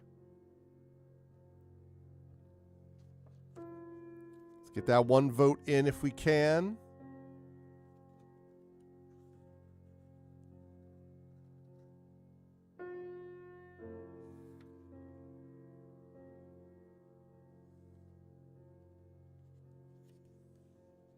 All right. Wispy has changed to vote 2. Ask a local for advice. Going once. Going twice. Okay. We are going to ask a local for advice. Many of the locals seem to be occupied setting up for the day still. However, 2 gnomes, one bald and one with brown hair down to his shoulders, rest upon a stone bridge that branches over a small creek on the western side of the farm. They seem... Oh, sorry there, dragon. They seem a cheery duo to approach as they are already enjoying a mug of ale each. As you approach, you hear one call out, "Ha! Hoo! A hero we have! Come to climb the stalk, but best not squawk! Hee-hoo-ha!" They laugh as you approach. However, as you get closer, they sit up properly and wipe the ale from their upper lip. "All right, Jax, what you give the odds on this one? 4 pedals up, then chickens out, one heckles with a joking tone. I give him 6. This one looks promising. Might win the bet with Old Man Pritt this year, responds the other. Where have our matters gone, Jax? It's nice to meet you, adventurer. My name is Bry. My name is Bry. That's B-R-I, pronounced like burr the cold followed by your eye. Bry. And this is my orphan friend I found on the streets, Jax. The only one who'll be one with the streets this week is you old fool. Passed out face down, I'd presume. My name is Jax, adventurer, and I had a perfectly well-to-do upbringing far in the country away from any streets. What can we do for ye? You have met 2 new friends. You may ask them, is there a picture of these? There is a picture. Hang on just a moment.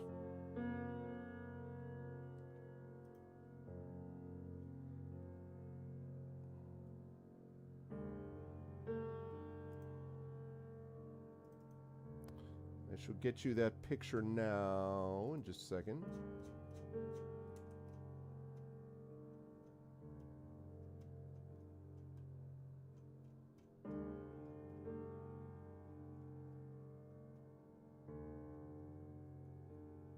Oh, that's interesting.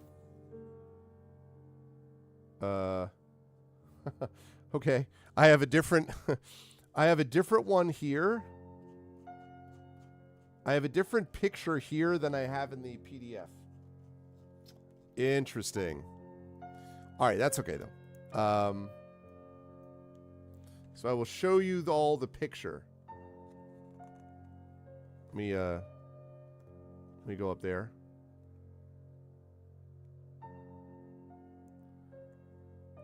Those are the 2 guys right there.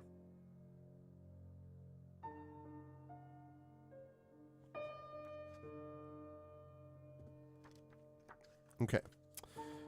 So, you may ask them a few questions relevant to your upcoming adventure. The first one is... you could ask them about the stalk. Have any heroes perished before reaching the clouds? The clouds, who if anyone lives among the clouds? Or the foes, are there any enemies among the stalk? So, let me pull out my polls thing. What should we ask? And so, should we ask about the stalk? Should we ask about the clouds? Or should we ask about the foes? All right, get your vote in, chat. $ vote space 1, we ask about the stalk. 2 is the clouds. 3 is the foes.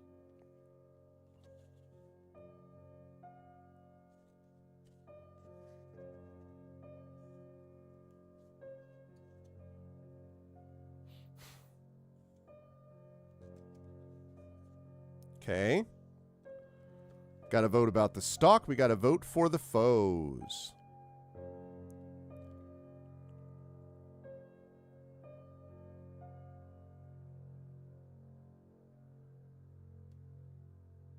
All right. We have a tie vote right now. 1 vote for the stalk, 1 vote for the foes. Get your votes in now.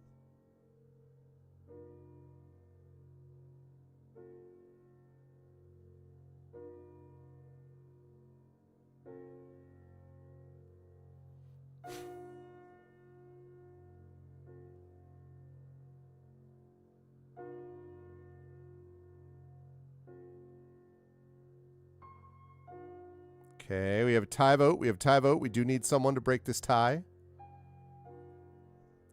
$ vote space 1 will be the stalk. $ vote space 2 will be the clouds. 3 will be the foes. All right, we have 2 votes for the stalk. All right, we're going to last call this. Going once. Going twice. All right. So we asked the question, have any heroes perished before reaching the clouds? And it says, many times, but more recently that we can remember. They usually make a big splat on the ground just over there, replies Bree, motioning towards the roped-off area around the stalk. There seems to be around 30 feet of space carved out around the stalk that no one may sit or stand on. Just hang on tight. You might want to find a grappling hook. It could help, Jax adds. A grappling hook and rope could surely aid any adventurer in climbing such a height. There may be a patron who could provide you with one. Haha, we already have one. Joke's on the game. We already got that covered. Okay. All right, so we did that. All right, so now the question is... the clouds of the foes, chat. $sign vote space 1, we ask about the clouds. 2, the foes.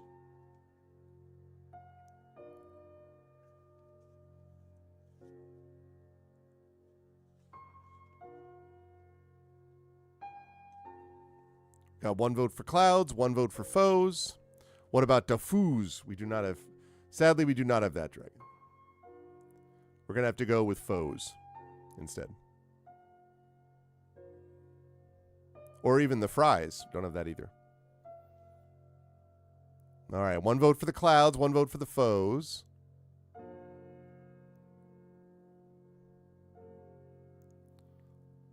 Let's get these votes in.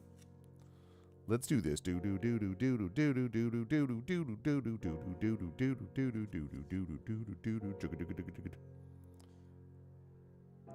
would have been my typo. All right, let's get this other vote in, chat. What's it going to be? Clouds or foes? What is it going to be?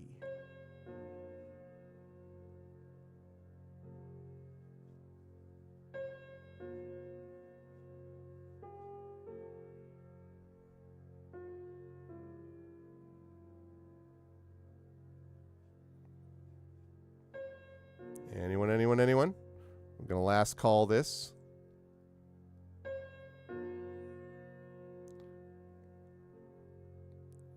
Need someone to get that tie broken.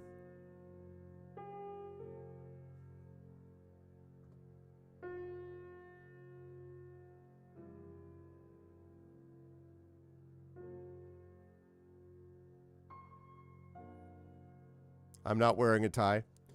Dragon, you could, your breaking a tie would definitely throw us off from your normal pattern, You want to keep people guessing.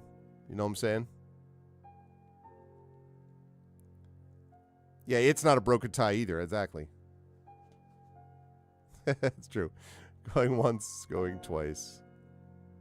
Okay. The clouds it is. Good play. Classic play of the clouds. So, who, if anyone, lives among the clouds, we ask? It's hard to say, really. Anyone or anything. Actually, this is Jax, I think. Perhaps a bird or two could fly up on occasion, but it's dreadfully far for food from them, so likely not many. Cloud giants could live up there, but who knows which part of the world they choose to dwell in. Last I heard, there was a colony over the Titan Wastes, and that's miles from here. And hey, they're friendly folk most of the time. You have hopefully nothing to worry about. You have, hopefully, nothing to worry about, exclaims Jax, though him murmuring the hopefully under his breath does not invoke confidence. Giants? No one said anything about giants. Miles away sounds fine, though. Fine enough, though. All right, and last you ask about the foes. Those pesky robins are always nipping at our bread. Doubtful they fly so high into the clouds, but if you have food, watch for birds, replied Bry.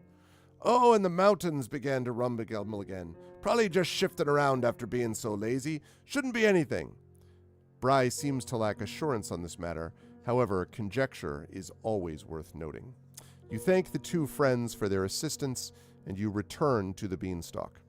All right, chat. Now we have 2 choices left, because we've done everything else. So, the choice is... $sign vote space 1, we investigate the cooking cow. $sign vote space 2, we climb the Beanstalk. What's it going to be? Investigate the cooking cow is $sign vote space 1. Climb the Beanstalk is $sign vote space 2.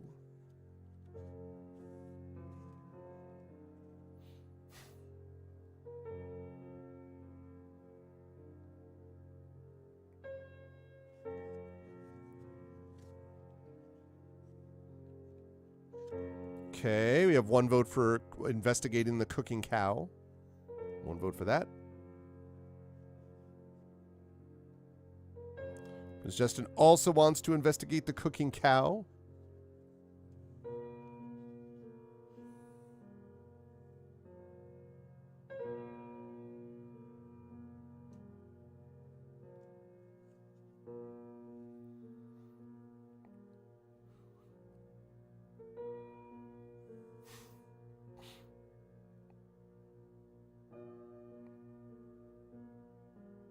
Going once.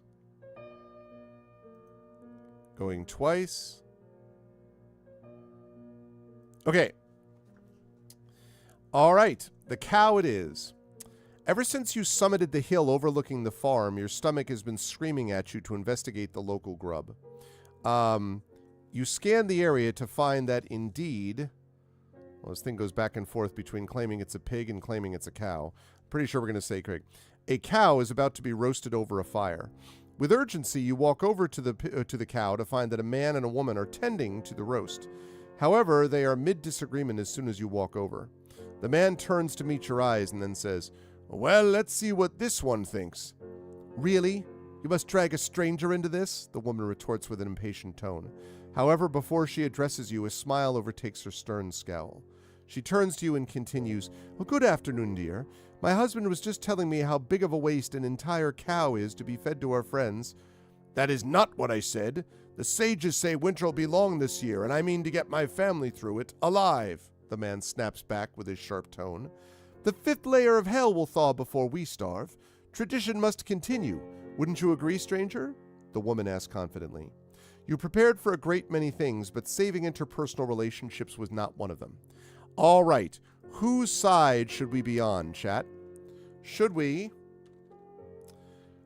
Are we on the husband's side of the dispute? The winter will be long. There's no sense in further wasting good meat on a dying tradition. Are we on the wife's side? Tradition should be upheld to nourish the spirit of a community, even in the most trying of times. Or do we wish to donate 5 gold? The core of this argument is to make ends meet. We donate 5 gold pieces to the couple to cover the cost of the cow and other supplies for the winter. So, do we side with the husband, the wife, or donate 5 gold? $ vote space 1 is the husband. $ vote space 2 is the wife. $ vote space 3 is 5 gold. Oh, that's a good question. You can't donate your girlfriend, Dragon. I can't believe you'd even think of it. Let's see.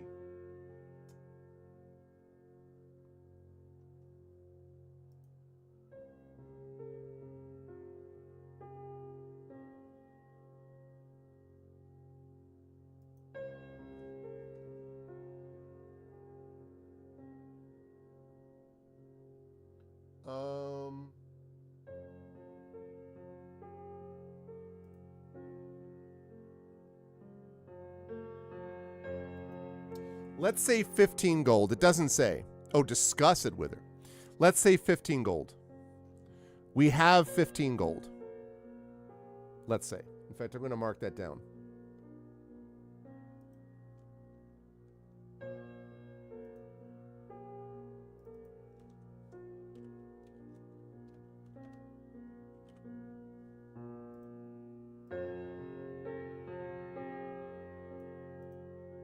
All right. Oh, I see. So $ vote space 1 means we side with the husband, do not slay the cow. $ vote space 2 means we side with the wife, keep the tradition going, slay the cow. $ vote space 3 means we donate 5 gold to cover the cost of the pig and other supplies for the winter.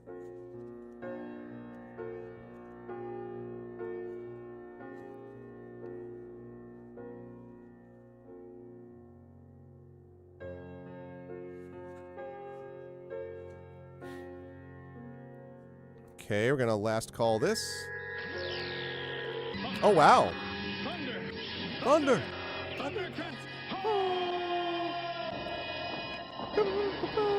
Thank you very much for the raid, Tendercia. Sorry, I need to put that over there.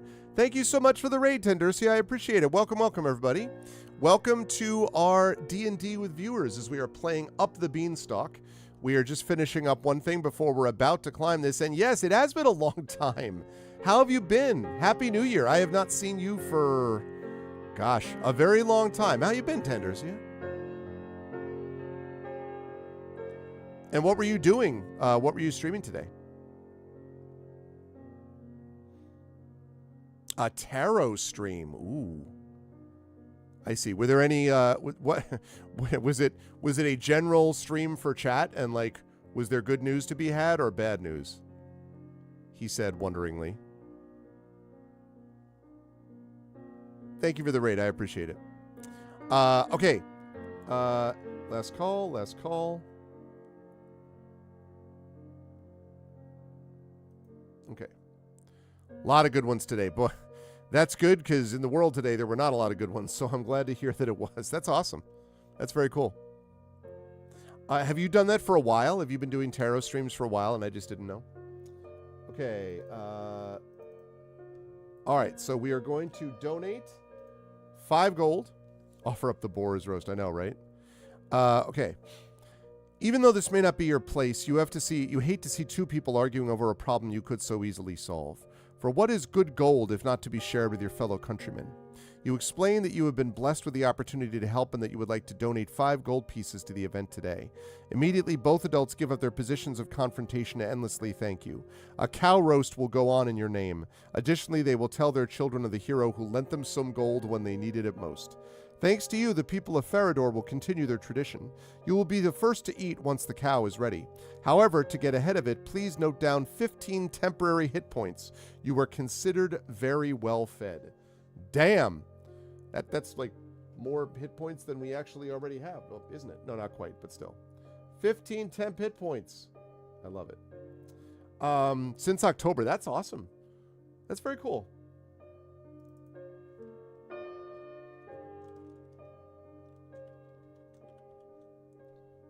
All right, we're going to put this up here.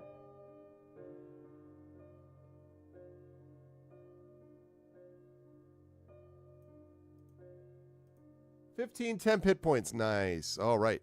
That's exactly what I was thinking, Prince Justin. I was just thinking the same thing. All right, chat. We have done everything else, so it's time to climb the beanstalk. Let's do it. For those of you who have not seen this before, I think Ted Dorsey has seen me do this before, but if you have not, we vote collectively as a chat for things that are happening here.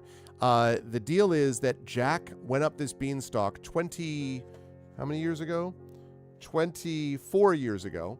And Jack's mother continues to believe that he needs to be saved. And so we are the only hero this year who have decided to go up the beanstalk. No one else has ever returned. So we are going up, but we did get successfully a grappling hook and rope. We are a dragonborn sorcerer called Dofria. And we are going to climb this stalk. So please stick around and play with us. Let's do it. You came to the farm with one clear mission: climb the beanstalk. That you intend to do now. It's been a hot minute since I've gone up the beanstalk. Wait, is your name Jack? That's not true, is it? Is your name actually Jack?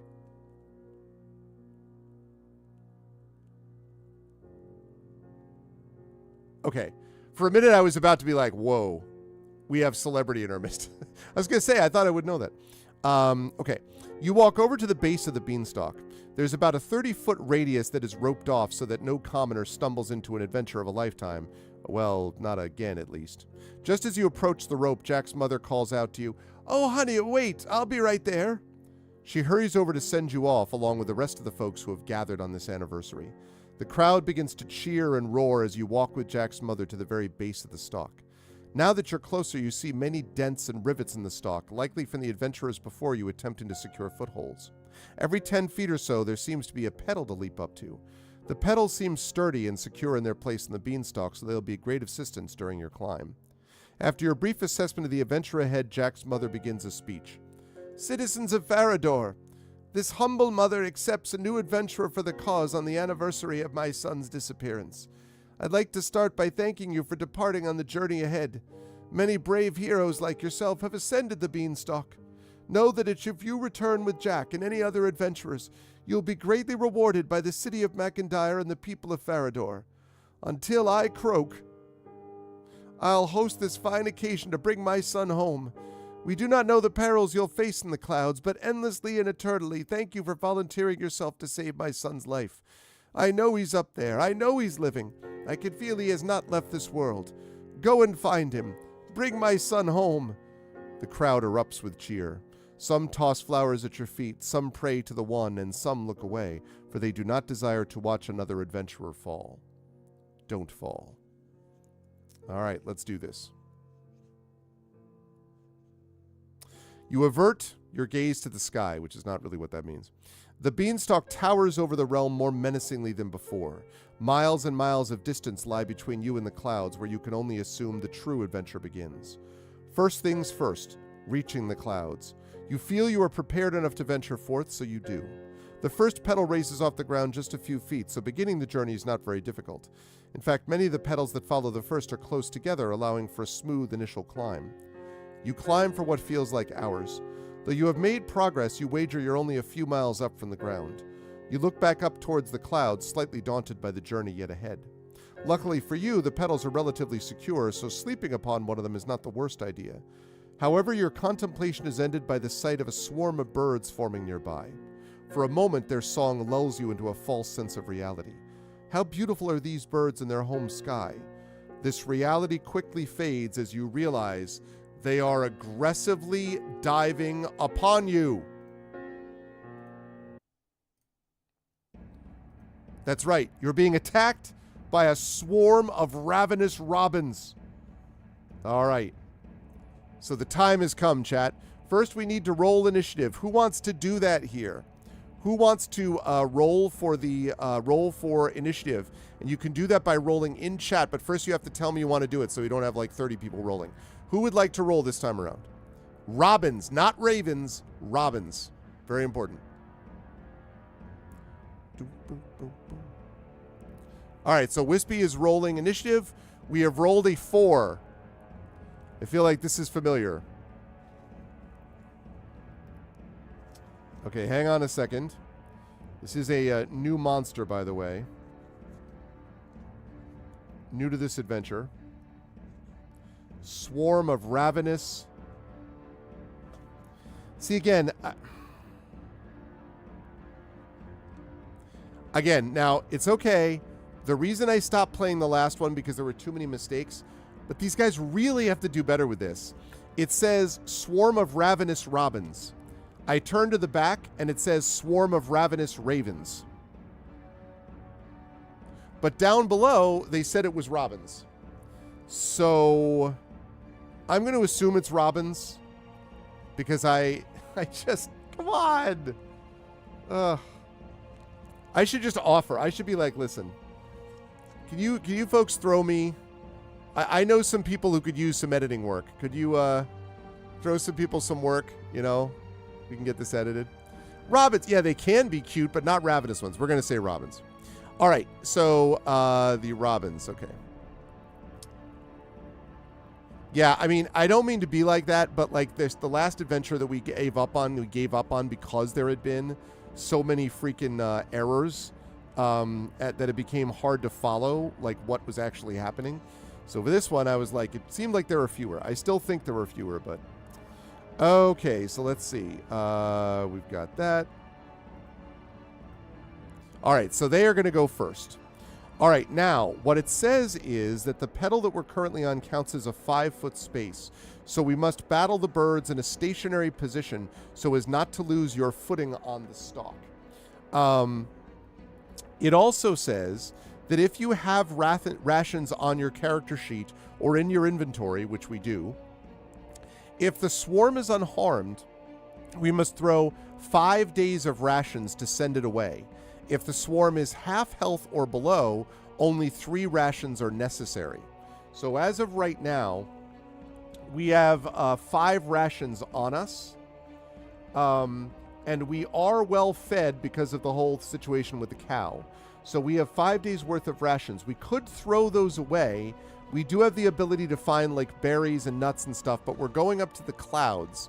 So I don't know if we're going to have any access to that or not, to be perfectly honest. So I'll throw this up as a question, first of all, which is a simple question. $vote space 1. Should we throw our rations at the swarm of ravenous robins to make them go away, or should we fight them? So $vote space 1 means we throw the rations at them. $vote space 2 means we fight. $1 feed, $2 fight. And I could see this going either way. Thank you, Tenderzia. You're all like, we're not get millions of breadcrumbs for defense, but not one for tribute.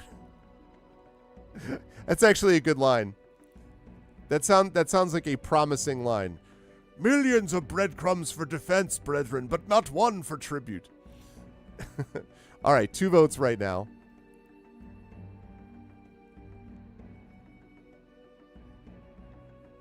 All right, do we have other votes coming in? $ vote space 1 to throw the rations at the robins and make them go away. $ vote space 2 means that we fight. We will not be able to ray of frost our way out of this one, I'm afraid. This is going to have to be close proximity because we have a 5-foot thing that we have to fight within. All right, going once. Fair enough, fair enough. That's fair enough. I like the fact that I just want to point out to everybody that we are more concerned about making sure we preserve food for the trip ahead, which I agree with, than staying safely on the beanstalk that we're now like 3 miles above the ground. I find that very funny. All right. Okay. The time has come to fight. Okay. So they are going to attack first because of initiative and all that stuff. With their beaks.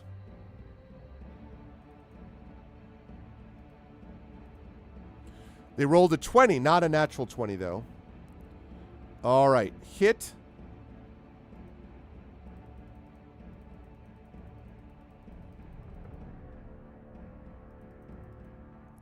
Is 2d6, 5 piercing damage.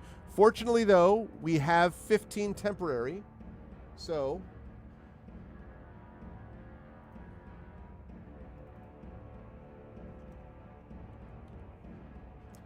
we have 10 temporary hit points left. It's okay. That's fine. It's not a big deal. I mean, could be. All right. So now we have to decide what we want to do. So we have a couple of choices here. Because we have to fight basically in this stationary position, it means that we're going to have to use close-on stuff. Now, we are a sorcerer, so we do have a couple of options. We have got Ray of Frost, we've got Chromatic Orb, we've got Magic Missile, we've got Shield. So we could do any of those things. So basically what I will say is attack with Quarterstaff. Attack with daggers, that's both melee. We could also Cold Breath, which is 15-foot cone. Everyone in the area has to make a DC 12 Constitution saving throw. So we could do that. Recharges on a short rest. We could Cold Breath them, or we could cast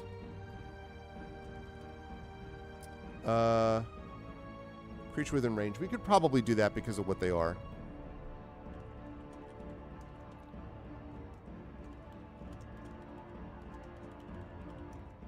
All right. There we go. So $ vote space 1 means we attack with a quarterstaff. $ vote space 2 means we attack with our daggers. $ vote space 3 means we use our cold breath. $ vote space 4 means Ray of Frost. $ vote space 5 means Magic Missile.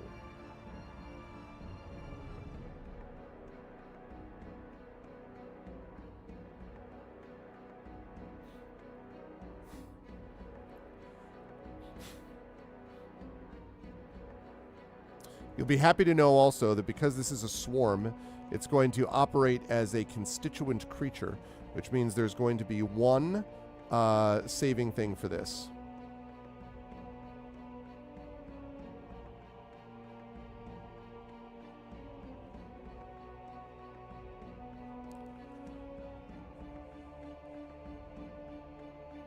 All right, we're going to last call this.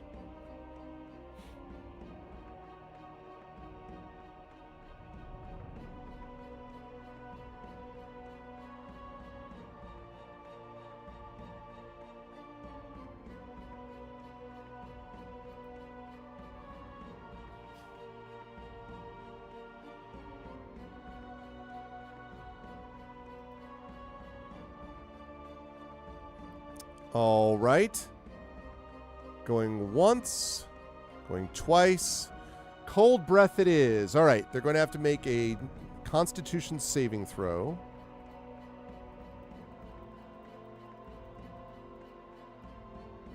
And they are actually -1 for that. And they did not make it at all. All right. So roll 2d6, please, Wispy. 2d6 damage. Let's see how much we hit them for.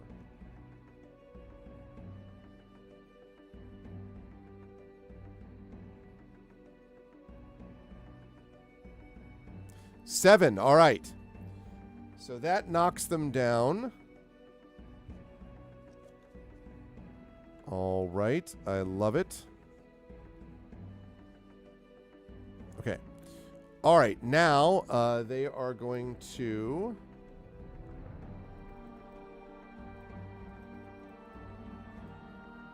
Okay, they're going to roll a 14, which is just enough to hit us, unfortunately.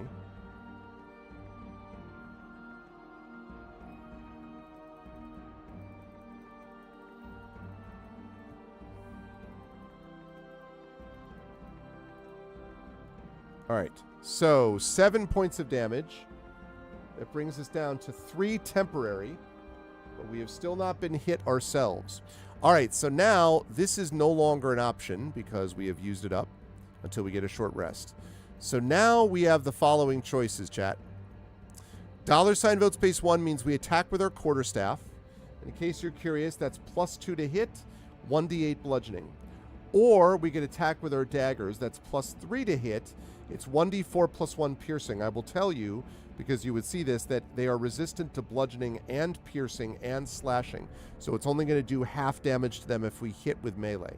We could Ray of Frost. That's normal. Or we could cast Magic Missile, which will automatically hit. So we could do that.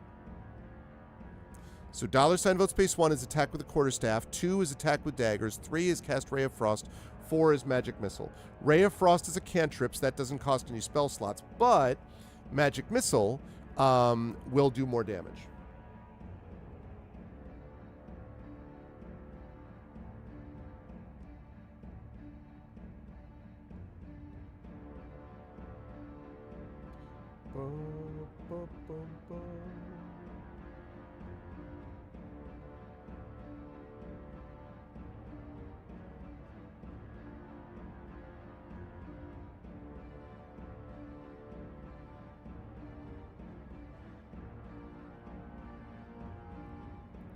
All right, it looks like everyone is in favor of Ray of Frost. All right, in that case, something there is that doesn't love a wall. It's time for Frost. All right, so Wispy, I need you to make a ranged spell attack, which, if I am correct, I believe spell attack was D20 plus 5. So roll D20 plus 5, if you would.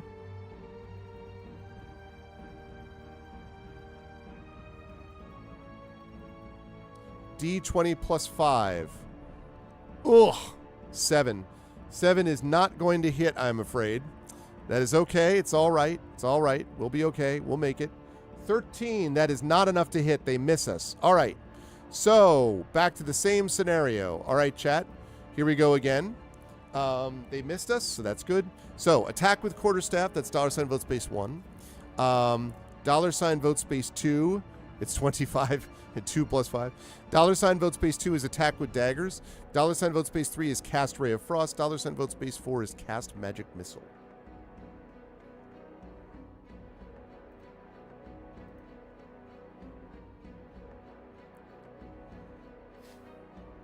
Yeah, exactly. I mean, like, I think, exactly, given the resistance, I think attacking with a quarterstaff or daggers is a fool's errand. I think that either Ray of Frost or Magic Missile is the way to go. I agree. That breath weapon was a good call. I think that was a good way to get things started. And the key is to try to get him to half health and then make another decision, so.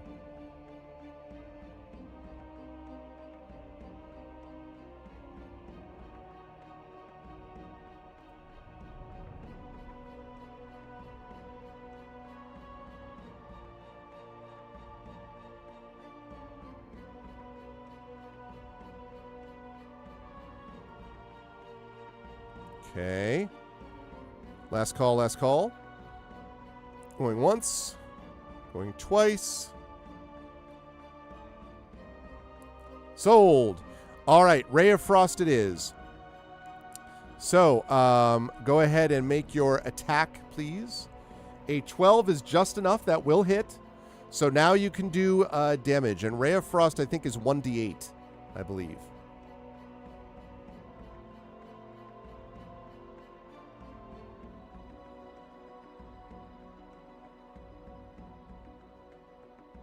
Oh, no.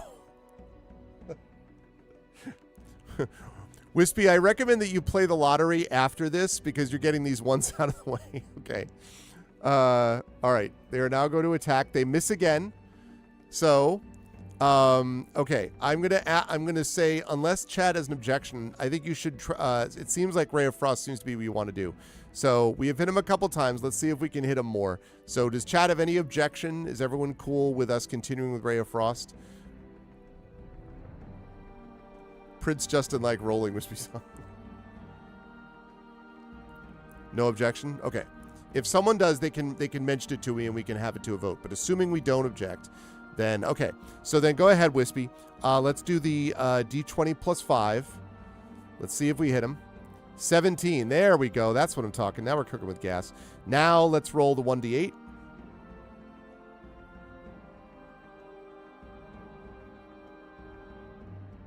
Five. That's much better. Okay. So they are now below half health. So what I want to ask is, I'm going to give one other option now. We've decided we're not attacking with a quarterstaff or with daggers, so we can get that out of the way.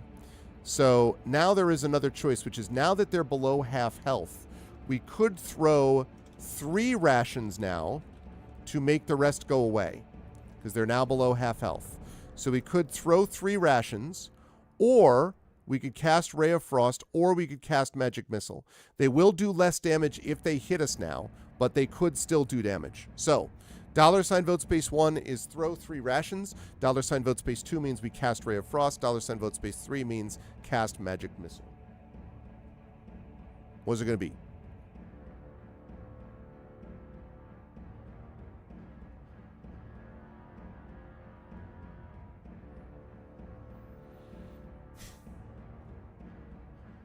Okay, we have a vote for throw 3 rations.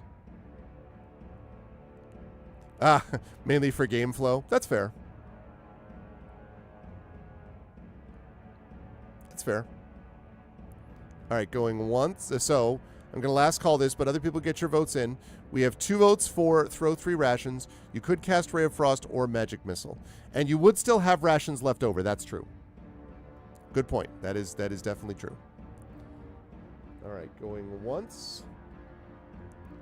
Going twice. Okay. All right, 3 rations it is. So, that means that we now have...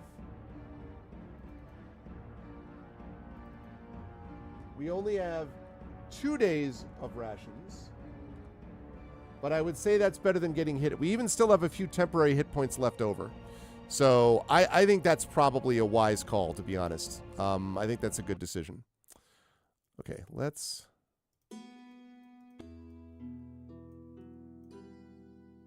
Okay. Bye-bye, Rocking Robins. Okay. So you have won. The day continues to progress as normally as can be. The sky is clear and bright blue, and you haven't fallen to your death quite yet. You continue climbing up the stalk for the next few hours, only broken up by a strange occurrence. The stalk begins moving. Rapidly, the stalk itself begins to ascend towards the clouds. So quickly, in fact, you must grab hold of something or be thrown off. Okay, so we can roll either an athletics check or a strength check, but it makes more sense to roll acrobatics because of dexterity. Although we are proficient, though. We do have a proficiency in athletics, so we get +2. So actually, the athletics check makes more sense. So, because +2. So, all right. So, could you roll for us, Wispy? Assuming anyone has an objection, we'll have Wispy continue to roll. Wispy, could we have you roll D20 +2 to see if we make our athletics strength check?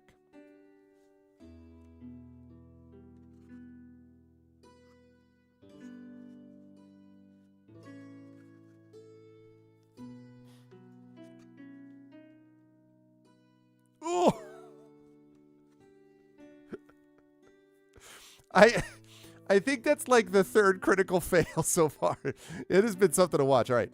Now, there is good news, though. Your last-ditch effort to grab hold of a sturdy part of the stalk is for naught. You lose your balance and begin falling back towards the ground you once set up from. However, if you have the grappling hook and rope from Jack's mother, you may use them here. It is a one-time use item that will save your character's life. So, we are okay. The grappling, thank goodness that we got the grappling hook, though. That would have been a problem.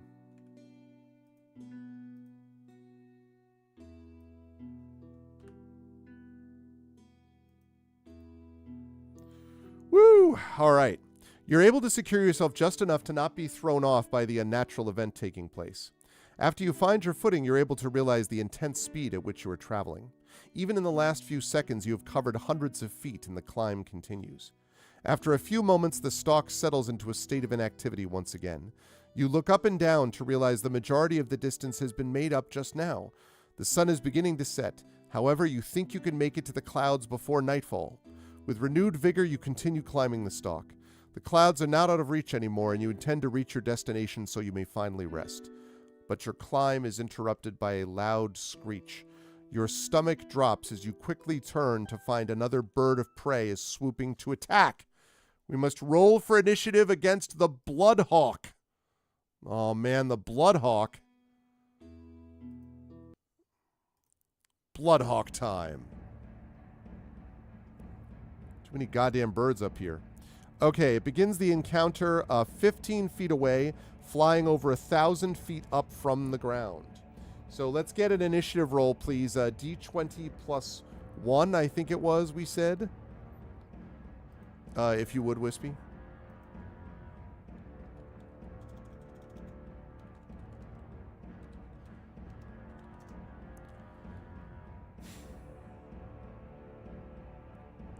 $21. Ah, this time we got a critical success. All right, the Bloodhawk. Ooh, you know what I should do, actually? Is, here, let me do something to add a little bit of, so we know what it is we're battling.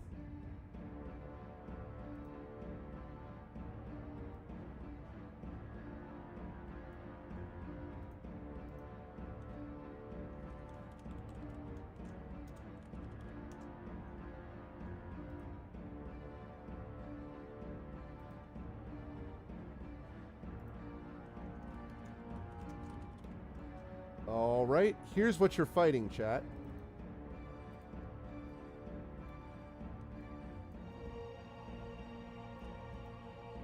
All right, we are fighting a Bloodhawk. Let's see if we can defeat this bad boy. All right, he is not particularly, does not have a lot of health, so that's working in our favor. All right, he is, however, pretty dexterous, so let me get that going there. 17, that is not enough. Looks more Phoenix or Rock. Yeah, it does. It's true.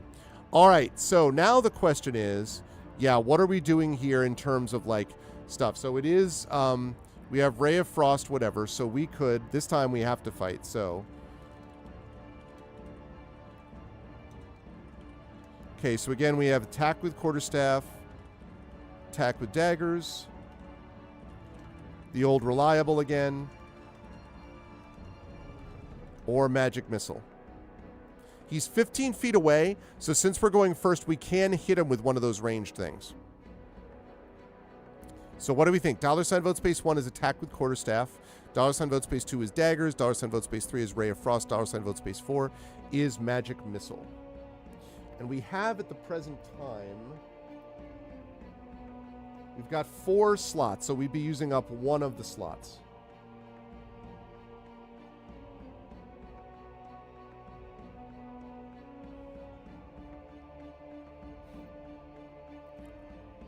Okay. Magic missile for when you absolutely positively need to not miss.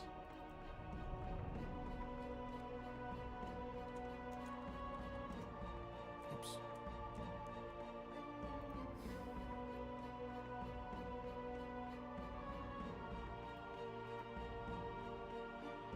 All right. We're going to close this. I'm not even going to bother to keep it open for longer because chat is clear. I agree with this call, by the way. All right. So, on a magic missile...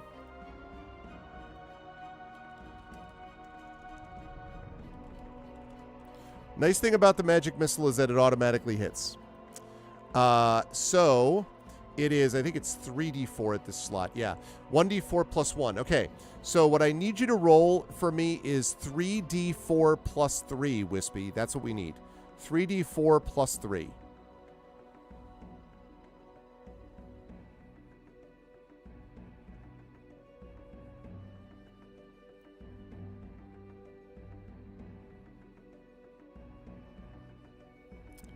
Eight. 1 plus 2 plus 2. So that is actually, plus 3. 1 plus 2 plus 2 and then plus 3. Right, okay. So that actually is enough because it only has 7 hit points. So, kablam. We just wipe it the hell out. Nice hit. I think that was a good call. We don't want to be dealing with those guys when we're up here necessarily. So I think that's a wise decision in my view. Okay, so we just zap it out of the sky. Kablam. All right, we are successful. Where are the eagles when you need them? Another bird slain. You look away as it plummets towards the ground, nearly out of your view after just a few seconds. Yeah, it only had 7 hit points. So, once again, you switch your gaze to that above you. You were almost there. Tired, annoyed, and a little beat up, you continue the last leg of your climb. This time, nothing eventful transpires. You approach the last petal. Once upon this one, you'll be able to peek your head through a small break in the clouds to lay your eyes upon what is above.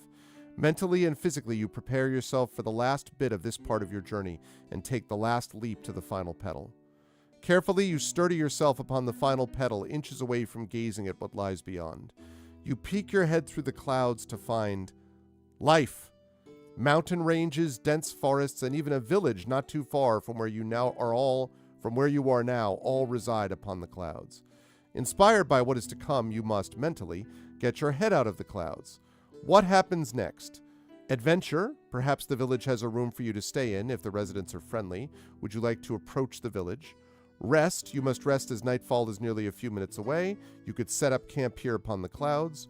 Or you could remain by climbing back down the stalk just a little bit, preferring to rest for the night upon a petal. So, chat, what are we going to do? Do we want to...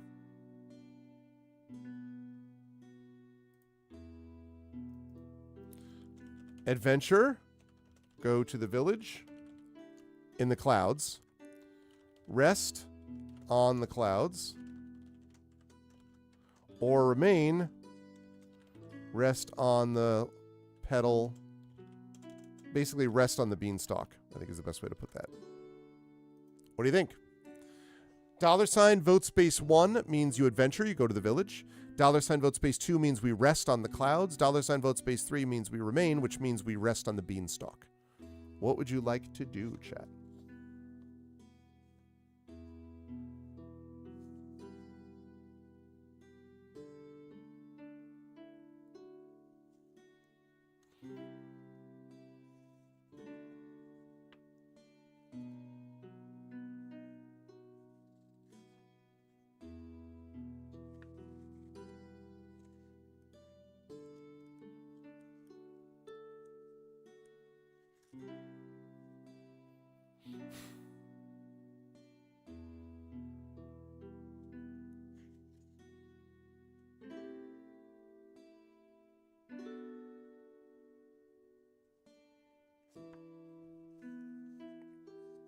All right. Ah, people want to adventure.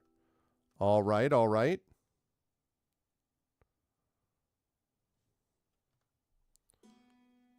Going once, going twice. Now, just so that everybody knows, I don't know that you're going to be able to rest in the village, hopefully, but you don't know for sure. I'm just letting you know that I don't know either. Like, I'm not sure. All I know is what is given before me. So I do not know. That's fair. That's fair. All right, going once, going twice. Adventure it is. You have come too far to stop here. There's a village not far from your view, and you intend to reach it. You step up onto the clouds to find that it feels nearly exactly like the grass below on the surface, aside from the unfamiliar fact that there is a slight bit more cushion to your step. You collect yourself and your belongings and set out on your next phase of the adventure. However, we have to mark down 1 point of exhaustion. Now, we can get exhaustion back on a rest, but that one level of exhaustion will be important because that gives us disadvantage on ability checks until we can figure out how to get through it. So,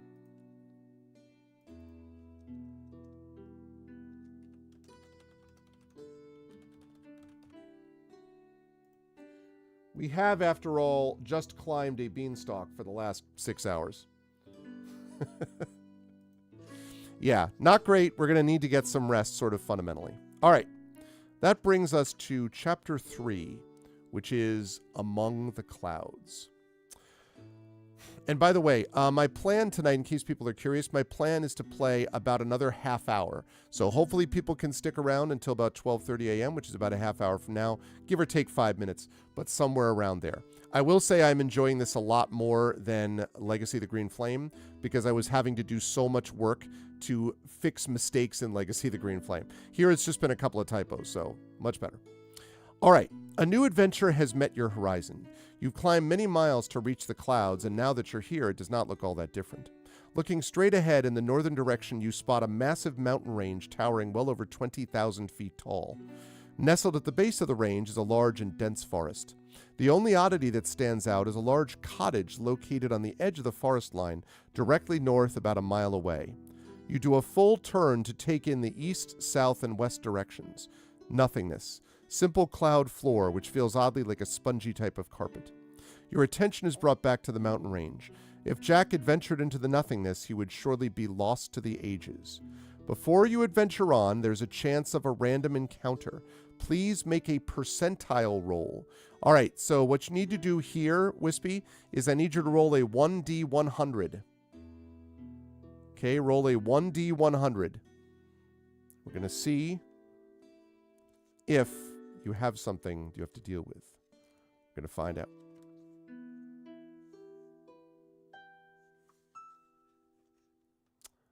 A 13, okay. Your calming scan of the new horizon is immediately broken up by a battle cry. You hear a loud, guttural scream as you quickly turn to see a hooded human leaping at you in an attempt to crush you with their maul. Well, damn. Oh, and I do have a picture of this guy. Please tell me that they have the same picture in the PDF that they have here. That'll be nice.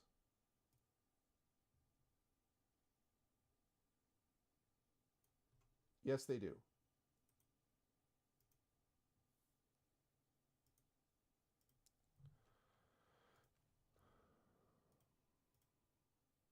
All right. Let's see. You're going to save this as...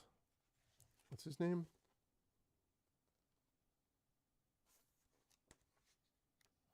He is a cloud cultist.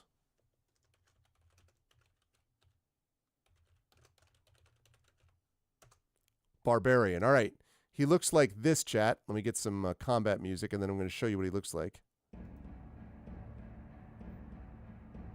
Seriously, like, the dude is just like, rah, why did you bring a housewarming gift? I guess it'd be a cloud warming gift, right?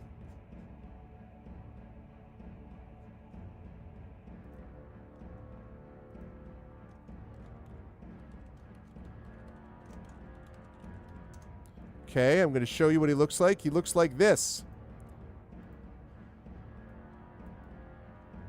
That's who you're fighting.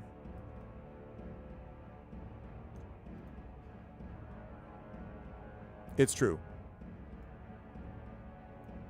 Look at that dude.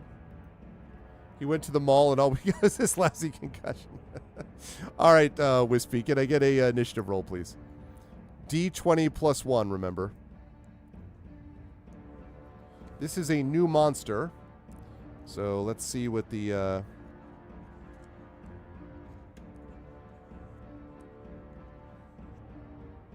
Okay.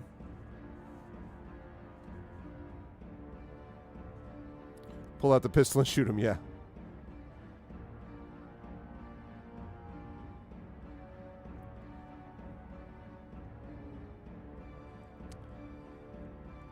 It's $D20. It's it's $roll space D20 plus 1. There you go. Okay, so we're looking at a 9. All right, let's see what this guy's got. He has got a 1. An 11. Just a little more. So it says that this guy is always raging. He's literally always raging. So he's resistant to bludgeoning, piercing, and slashing. Okay. So he is going to try to hit with his mace. 23 is definitely going to hit us.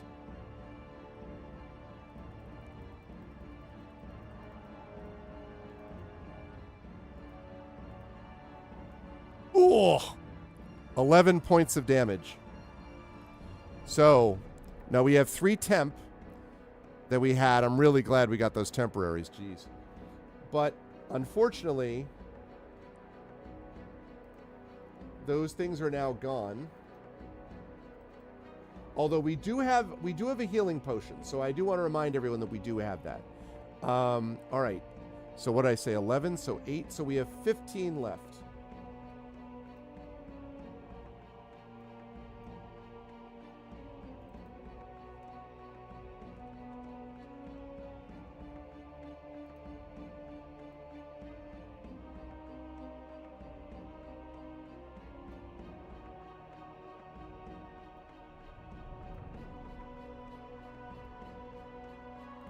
Let's say current HP 15.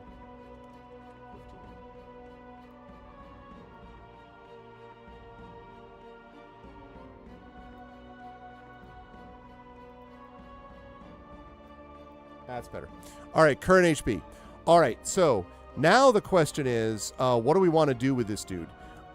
He is resistant to that damage. So we have magic missile. We have stuff like chromatic orb. We do not have breath weapon, unfortunately, because we've used it. We have to rest to get it back.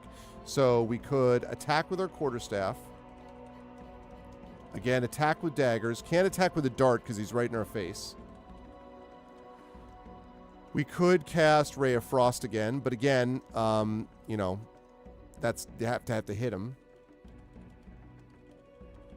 We have 2 slots left. Also, I have to say, we do have meta magic, remember, and we could technically hit him with a magic missile, and then we could empower the spell,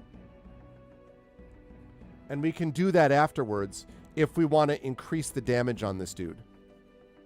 So we could do that. Or we could also cast, I do want to mention, we could also cast... We could also cast Chromatic Orb. We have 4 slots, so we could cast Chromatic Orb on him.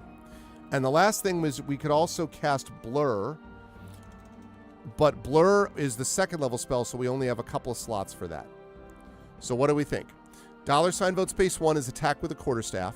2 is with daggers. He's resistant to those damages, though. 3 is Ray of Frost. That's a cantrip, but that only does 1d8 damage. 4 is Magic Missile. That could do up to 15 points of damage if it's maxed out. Chromatic Orb, which is, I'd have to look it up, but that's a relatively powerful spell for 1st level anyway. And then Blur obviously would make it harder for us to be hit. So, but obviously Blur is a 2nd level spell as well. And we have 3 sorcery points, which we can use to empower if we need to.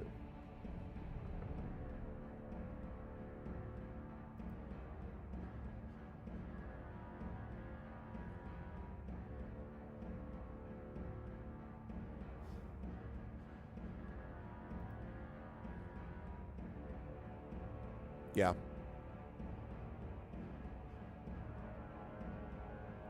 That's it. Okay. It's not an auto hit.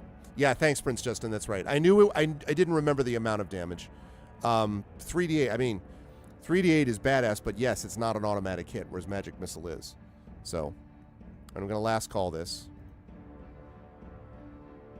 The thing is, with Empowered Spell, I mean, again, that still doesn't guarantee that we max damage, but this guy seems kind of baller, honestly. So, I mean, I don't.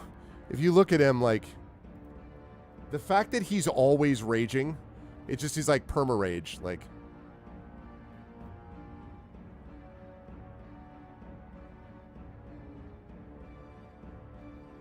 all right, we're going to close this down. Okay. So now the magic missile is an auto hit. So I need 3d4 plus 3, and then we'll decide if we need to use meta magic points on this. So 3d4 plus 3, Wispy, on this guy. That is a badass one. 3d4 plus 3. Now, question. So that's 11 points of damage right now. We could roll that. We could spend a point to roll that one. I don't think we should roll the 3. But we could spend a meta magic point to roll that 1 again. And then we have to use whatever it is. Oh, that's the 2024 you can do that? No kidding. What do you think, Chad? Should we spend the point? Because then we could roll it again and see if... spend the point? Yeah? Okay. All right. Since it seems like chat's in favor of that, because we'll still have 2 points left over. All right. So then, Wispy, just roll that 1, because we don't want to roll the 3 or the 4 again. So just roll that 1.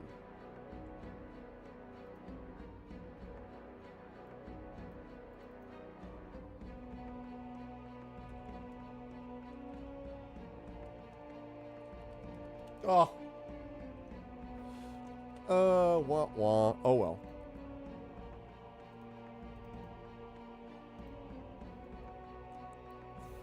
That's funny. Okay. That's all right. That is okay. We still did 11 points of damage. I mean, like, that hit him for a lot. He is very hurt now. Okay, so he's going to come in on us.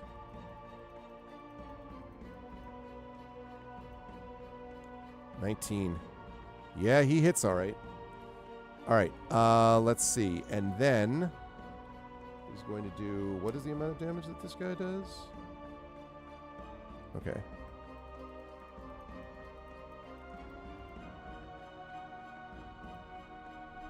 Nine points of damage.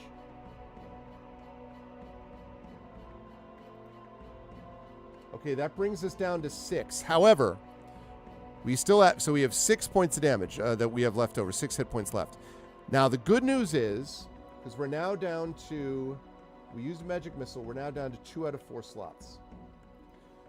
So here's the thing as we're thinking about what we want to attack him with here. Same options that we had before. I will say that he is now quite close to death. However, we still need to be careful because we've only got 6 hit points. So what I'm going to add in is... We could take a healing potion if we want to. But again, we have currently got... We have 2 potions of healing right now. We could take a potion of healing. Okay? It would be a bonus action to use it. But we would be using up one of our healing potions if we do. So the question is... So actually, you know what? I'm going to do this as a separate thing. I was about to talk about the healing potion. Yeah, let's do this as a separate thing. Let's decide how we want to attack him, and then we'll decide if we also want to do the healing potion the same turn. So we'll figure that out in a minute. First of all, let's get this vote done. How do we want to attack him? So he's very hurt. If we cast Magic Missile, it would pretty much guarantee that he drops. Because minimum, we're going to be doing 6 points of damage, even if we rolled all 1s. And that'll be enough to kill him. Because of the 11 points we did last time. So that would definitely do it. But it would mean that we would obviously be down to 1 out of 4 first level slots. We are going to need to rest at some point soon anyway, so maybe that doesn't matter, you know? Yeah, I mean, like, so there's that. So first of all, let's figure out this. Magic Missile. So again, 1 is Quarterstaff, 2 is Daggers, 3 is Ray of Frost, 4 is Magic Missile, 5 is Chromatic Orb, 6 is Blur.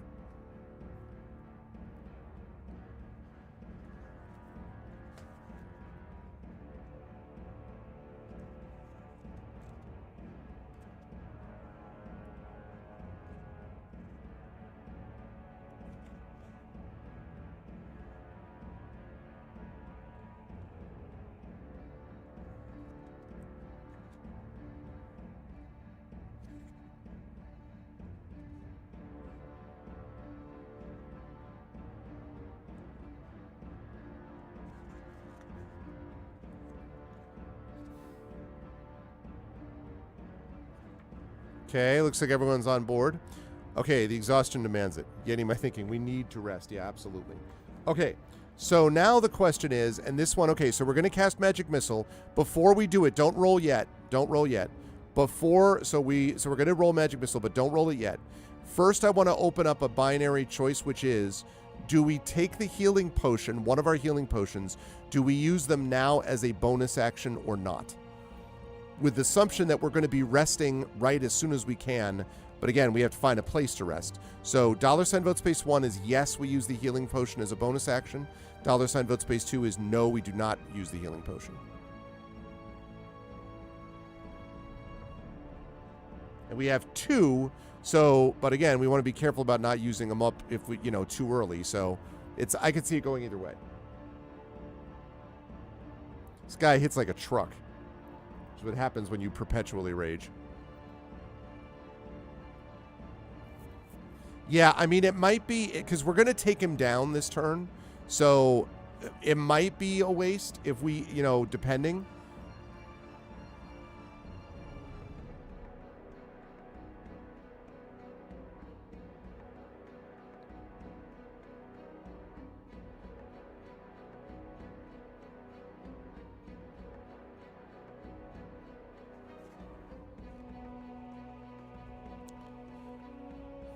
No, this is our attack. I basically have just been alternating between them, starting with the attack Tendercia of the cultist. So this is our turn now. Like he got his second attack in. So we're gonna hit him before he hits us again. So, yeah. Otherwise this would be this would be very shaky otherwise. But in this situation, Okay, going once, going twice. All right, so we're just going to fire away. Okay, so I need, again, D3 plus 3. Sorry, D3. Sorry, I did that completely wrong. 3D4 plus 3. That's what I meant to say. Sorry. 3D4 plus 3, Wispy. All right. Yeah, we narrowly obliterate him is what happens. We just blow him the hell up is what happens. Good stuff, everybody. A little scary, but we made it. It worked out okay. Worked out all right. Down to 1 out of 4 first level slots. Although we could always convert a second level slot to a first if we had to. So, okay. Woo, that was rough. But the good news is there be treasure. That was an unpleasant surprise. You approach the now still corpse of the barbarian who ambushed you. You find a coin pouch, a scroll tube, and a fine dagger on the belt of your fallen foe. What could be inside the tube? You open it to find a parchment with some writing.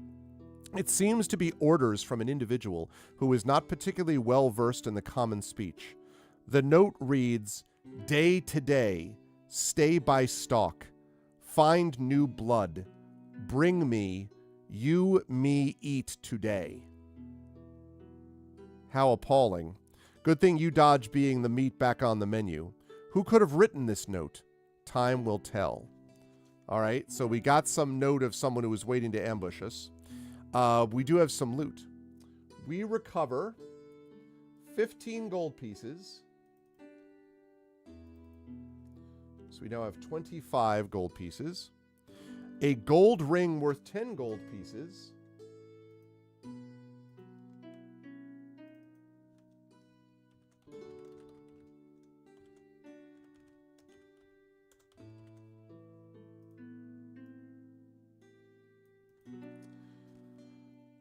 An empty scroll tube, which is the one that we just pulled the parchment from.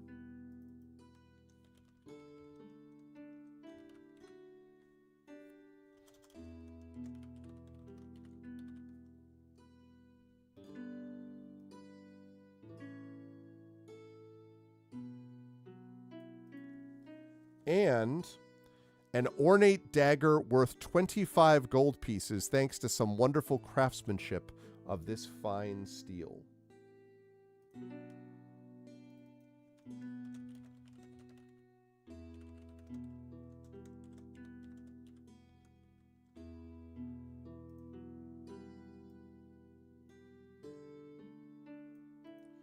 Got some treasure. Let's just go down the stalk and blow this popsicle stand, right?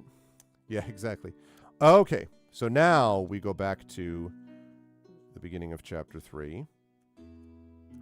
Now we can actually make a decision now that we got past this random encounter that we had.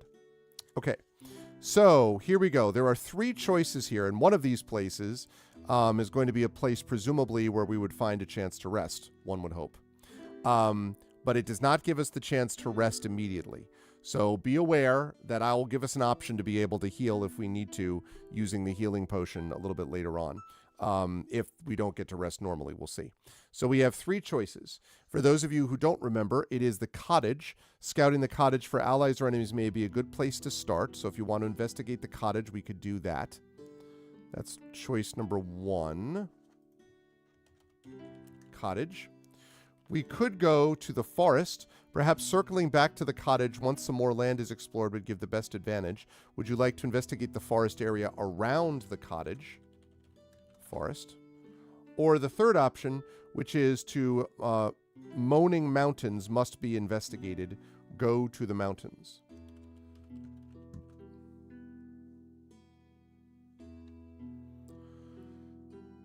Okay.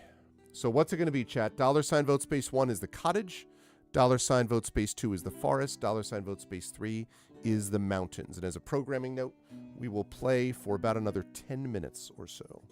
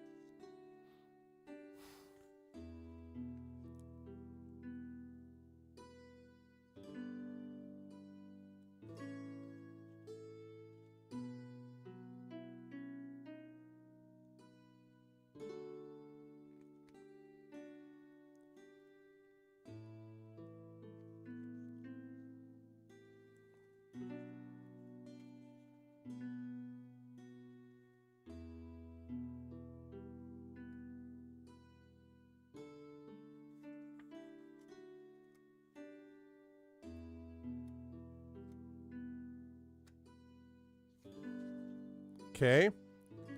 Mounds can wait. Snooze first, but pray we don't come across more cloud barbarians. I know, right? I'm telling you. All right, last call. Trust in the heart of the dice. Going once. Going twice. Okay. Cottage it is. Cottage industry, so to speak. All right. You continue forward, sneaking your way through the clouds. The journey takes The journey takes slightly longer than normal as you attempt to sneak up on the cottage, and before long, I guess, you are within an adequate distance to contemplate your next plan. The cottage is larger than any you would expect. In fact, the home stands 3 times taller than even the barn on Jack's farm. Additional aspects of the cottage are sized far larger than you were used to as well. Fencing, poles, and hooks for hanging lanterns and a moderately sized vegetable patch are all around the backside. Yeah, the editing in this is... After pondering this enigma for a moment, the answer you so deeply desire appears just before your eyes. You see a large, human-looking woman emerge from the cottage. A giant. You have heard tales of these massive folk, but you have never laid eyes on one until now. Perhaps she could be of assistance, or she could be your demise. She seems to be tending a small vegetable garden on the outskirts of her property. All right, so here are your choices, chat. You could approach her.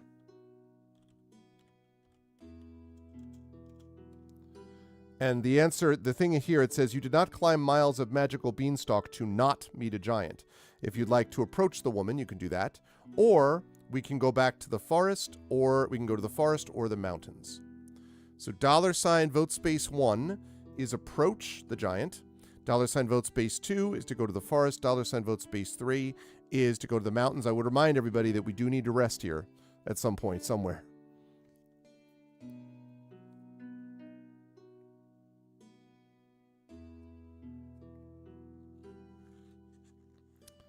All right, Wispy's got that vote in.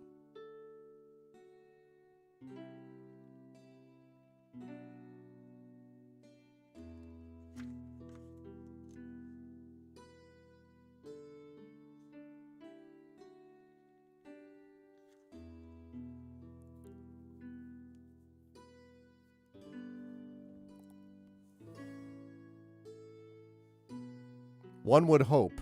One would hope.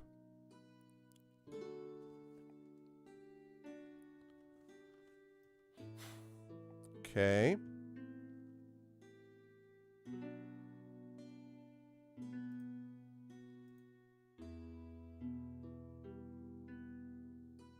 All right, last call on this one.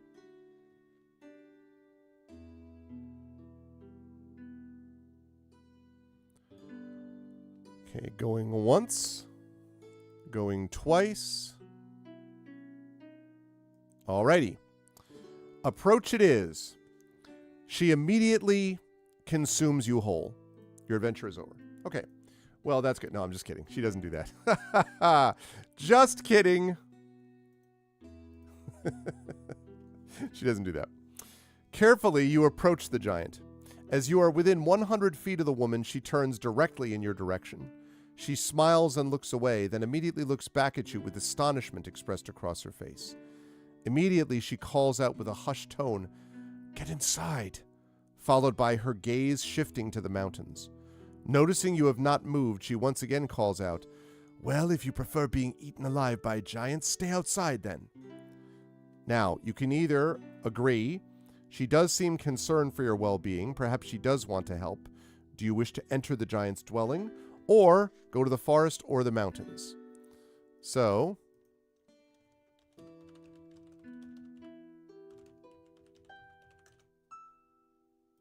all right, chat, what's it going to be? $ vote space 1, enter the giant's dwelling. $ vote space 2, go to the forest. $ vote space 3, the mountains.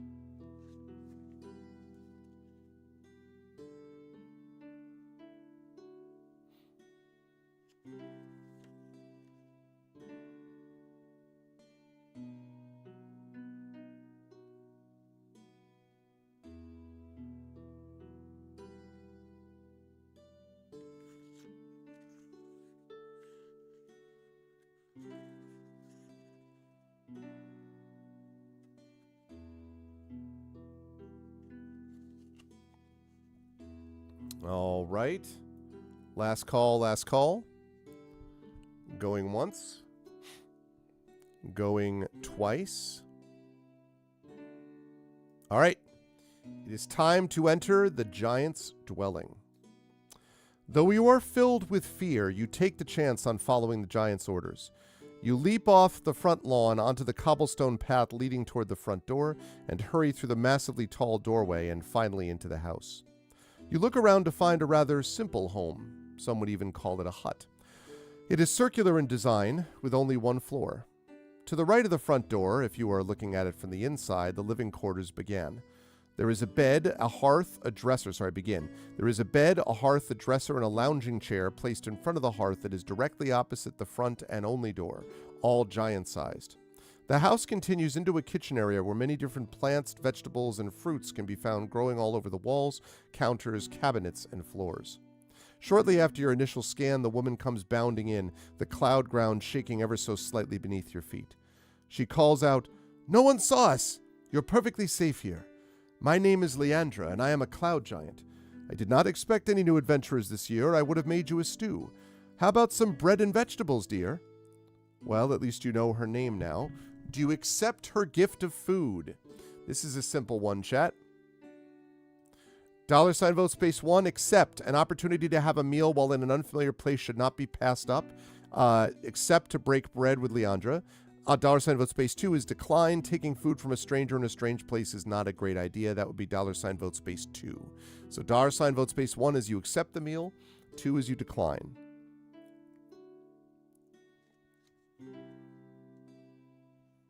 Okay.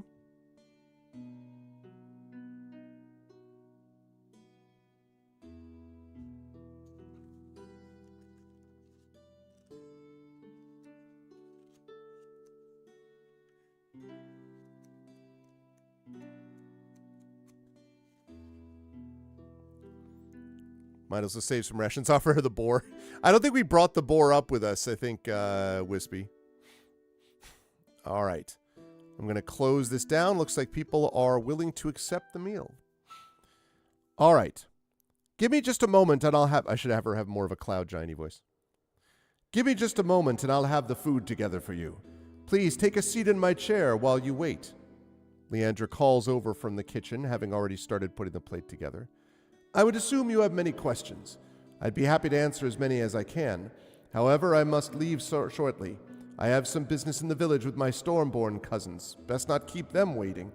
Anyway, what would you like to know? All right, so our choices are as follows.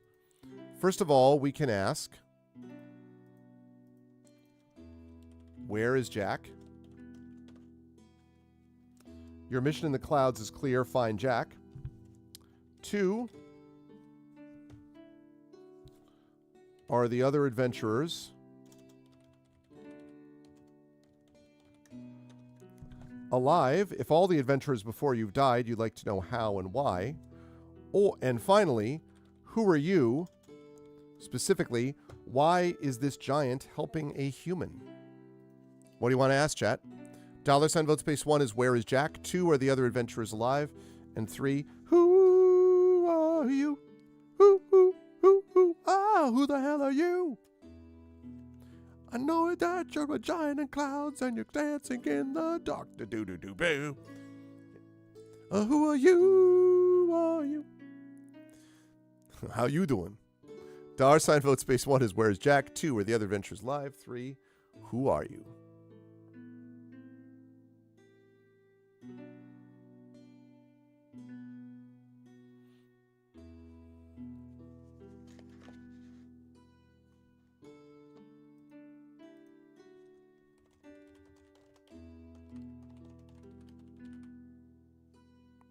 The song won me over. That's what she literally is. Like, you just sort of look at her and you're just like, who are you? Who are you? Who? Pete Townsend emerges from behind you. Bam, da-da-da-da-do, bam. And the giant immediately is like, you know I'm taking a belt. Okay, last call. Going once, going twice. 2 votes for Jack, 2 votes for who are you? All right, we need someone to break this tie. Who's it going to be? 2 votes for Jack, 2 votes for you.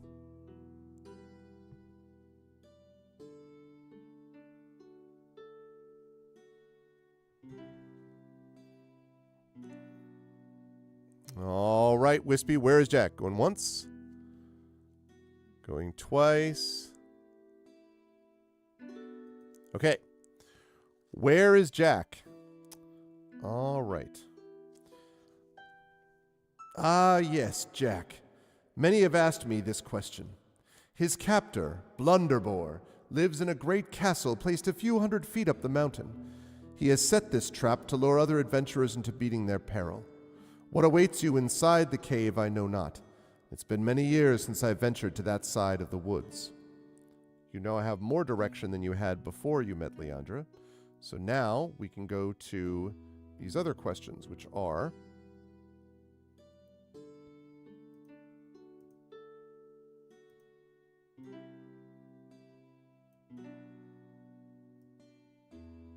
Sorry, there we go. All right. So now we have to ask $, so his captor is Blunderbore. So $ vote space 1, are the other adventurers alive? $ vote space 2, who are you? Yeah, I know, I see it. But this, as I said, this is within a few minutes, Triffid. I think this will work out, because when we're done with this session, we can do this. If she lets us short rest, then we'll take care of that, and then we'll be able to hit the ground running when we next do this. This is going much better than Legacy of the Green Flame. It's much tighter despite the deplorable editing in some spots. Like, come on, guys, one editing pass. No, I'm sure they did an editing pass, but this is why editing your own work is not... It is not it.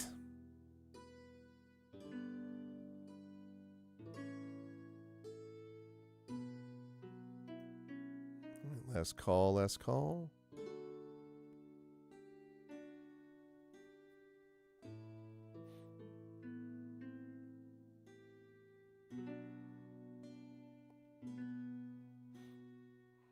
Going once.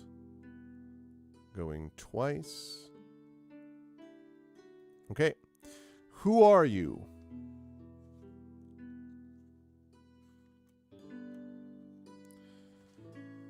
You ask. I am one of the few who were born when the world was still, when the light of the world emanated from the gods themselves. The earth formed under our feet, and we watched in amazement. For many years my people lived in harmony among the free peoples under the sky. However, our people grew hungry, for the gods had favored the humans. They treated them to nourishment and care as we withered to dust. A few giants rebelled against the gods, slaughtering the humans and devouring them as an insult. The gods exiled us to the clouds, where we would always remain as punishment. Fanatics of my age foretold a prophecy in which a single giant grows so big and strong that they may break any magical barrier and release us back to the earth. I do not wish to see this day come, adventurer. You must succeed on your quest for us all. I see. All right, well, that leaves the final question, which we can ask, which is, where are the other adventurers? Yeah, that's exactly right, Triffid. Or cow to pig or pig to cow, which also happened. Okay, other adventurers. Over the years, I have seen fewer and fewer adventurers. Often they head directly to the mountain, never to be seen again. Does that help? Seems like the fates of most adventurers are found within the mountains. If you have exhausted all dialogue options, and we have, I must be leaving now. If I am late on a day such as this, I may raise suspicion. If I could ask one favor, well, less of a favor, more of a job. My flock of sheep went missing the day before last. I've sent my sentry dog Baron to find them. However, he has not returned either. Please search for him and return the flock. He will lead you to a key to open a wine cellar out back. Feel free to take a few bottles back down to the surface as a reward. The Faradorian fine dated 2E312 will fetch a nice price, or a night out. Leandra paces towards the front door and looks back just before exiting and says, You may feel free to take a short rest here. Good luck. I pray that you are the last. All right. So we can get a short rest in, and then we will talk about what we're going to do next. So, yeah, I mean, I'm not even, I'll ask if we have to, but like, I don't think anyone's going to object to that, probably. Okay. All right. So short rest is a period of downtime. So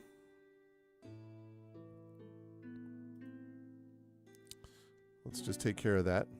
Assume you're trying to steal the sheep and attack you. That's a good question. There may be some animal handling associated with this. Let's see.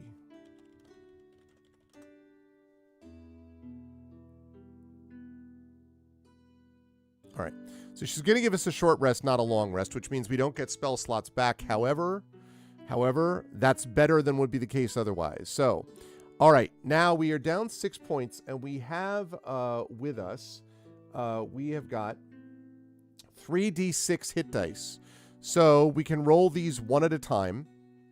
I assume everyone is going to want us to roll at least 2 to get back some of our health, and maybe 3.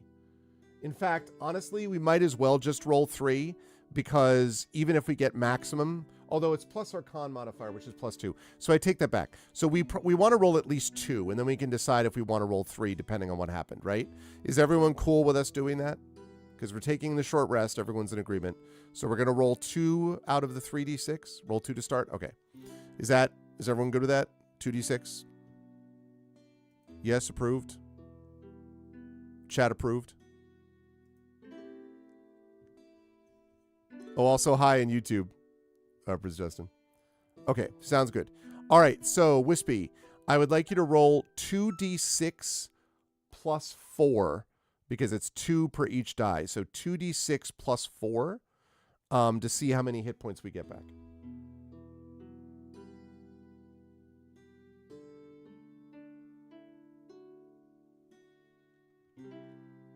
Okay, so we are looking at a 9.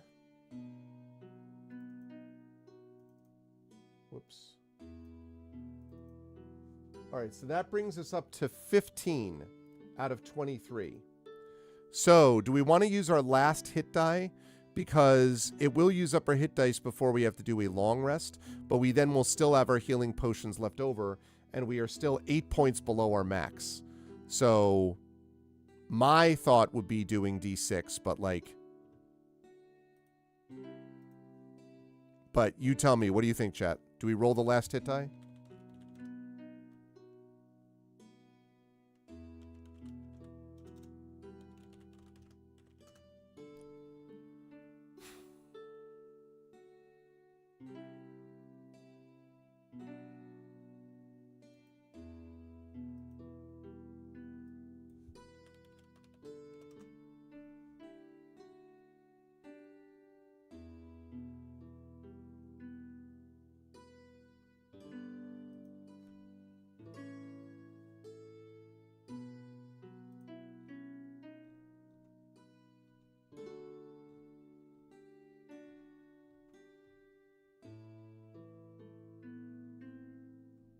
Okay.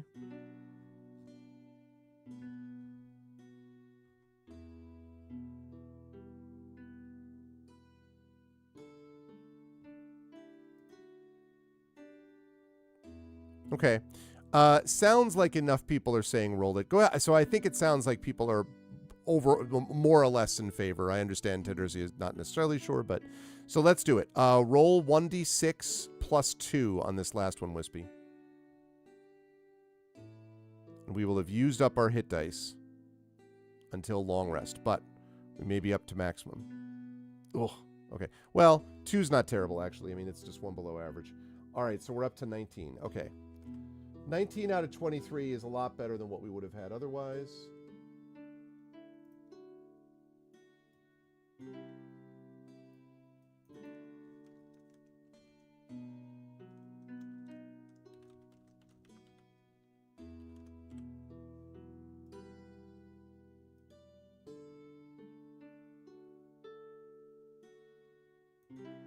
Okay. Lovely. All right. So we did that. That is good. We do not have spell slots back, but that's okay. All right. So 18, right. Okay, so this is the last vote of the night. Last vote of the night, chat, is going to be this very easy binary choice here, which is, remember that they said that Blunderbore is in the mountains with Jack, but presumably the sentry dog is presumably in the forest, because the forest is around the cottage. So $ vote space 1. No, there is, you don't get exhaustion back on exhaustion. You don't get exhaustion back except on a long rest. You don't get it back in a short rest, Wispy. Sorry. We're gonna need a long rest to get rid of that. Or like if someone casts a greater restoration spell on us or whatever. But yeah, no, exhaustion doesn't clear on a short. It only does on a long. So $ vote space 1 means we go to the forest and I guess look for the sentry dog. $ vote space 2 means we go to the mountains to try to rescue Jack. So go ahead and get your votes in, chat, and that'll be the thing that we have as our save point. $ vote space 1 is forest and sentry dog. $ vote space 2 is mountains and Jack. And obviously, once we rescue the sentry dog, we can then go look for Jack, obviously. But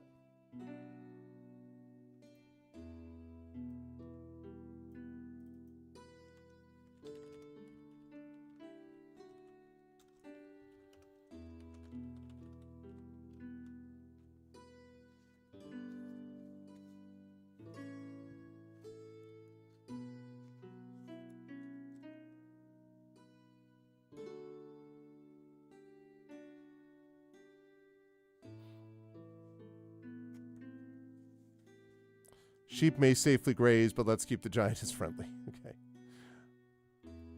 Yeah, she definitely did. She definitely did. Especially after we got freaking hammered by, okay, last call, by that freaking barbarian cultist guy who was obviously sent to kill anyone who comes up the freaking thing. All right, going once. Going twice. Okay. Forest it is, which means our save point is going to be chapter 3, number 18. All right, and then I'm also going to note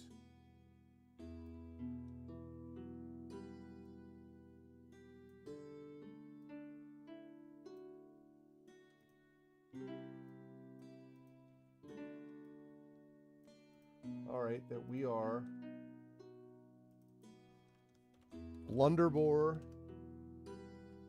has Jack in cave in mountains.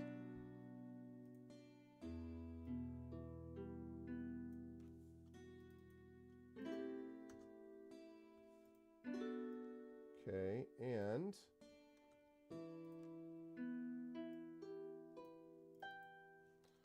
looking for Leandra's guard dog. Okay, what was his name? Baron.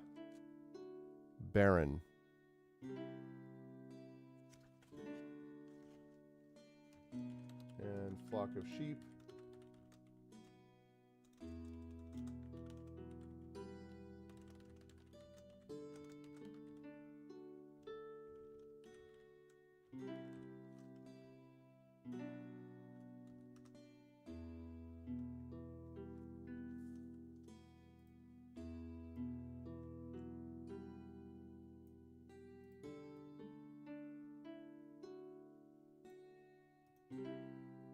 Nice. Okay.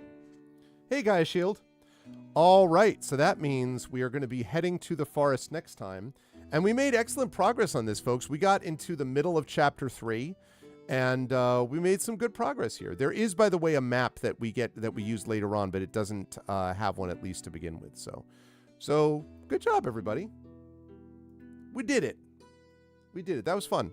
I felt much better, as I say, about that. Much, much better than I felt about where Legacy was going, because Legacy is more ambitious, but it was also just like, again, like this level of problems in terms of like QA, but with stuff that was like literally like the map wasn't working as well. So there was that.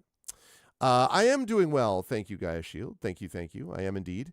And yeah, let's get rid of this. I hope you were doing well also. Close. Yes. Alrighty. Good stuff. That was fun. So we will return to this in March. Bacon wrapped steak. That's right. Listen, all right. So we got a grappling hook and a rope back from a boar, right? And defeated the boar. We defeated the flock of ravenous robins or ravens, depending on which page you believe. So we did that. We defeated a bloodhawk. We defeated a dangerous barbarian cultist. Had a meal with a friendly female cloud giant. Found out that Jack's captor, Blunderbore, lives in a cave in the mountains, or castle, again, depending on what part of the book you believe. Found out that her guard dog, Baron, went looking for a flock of sheep, and we need to try to find him if we can for her. And if so, we get a couple of wine bottles. And discovered that she had been there since the beginning with the gods, and that the giants have been exiled to the clouds for their behavior, and that she doesn't want the giants to get back down to the ground. So that's the deal. So that's basically what we did. So we got a lot done. We got a lot accomplished. So I am glad about that. As I say, we will be back with this in the month after next. But for now, I do want to mention, because people are now here enough that I can make this announcement officially. I will make the announcement again on Tuesday. And I will also have some more details about a specific date. But I made a soft announcement, kind of an accidental announcement of this, but now I can officially announce it in terms of what we're going to be doing next. So we are going to be, and let me pull this up.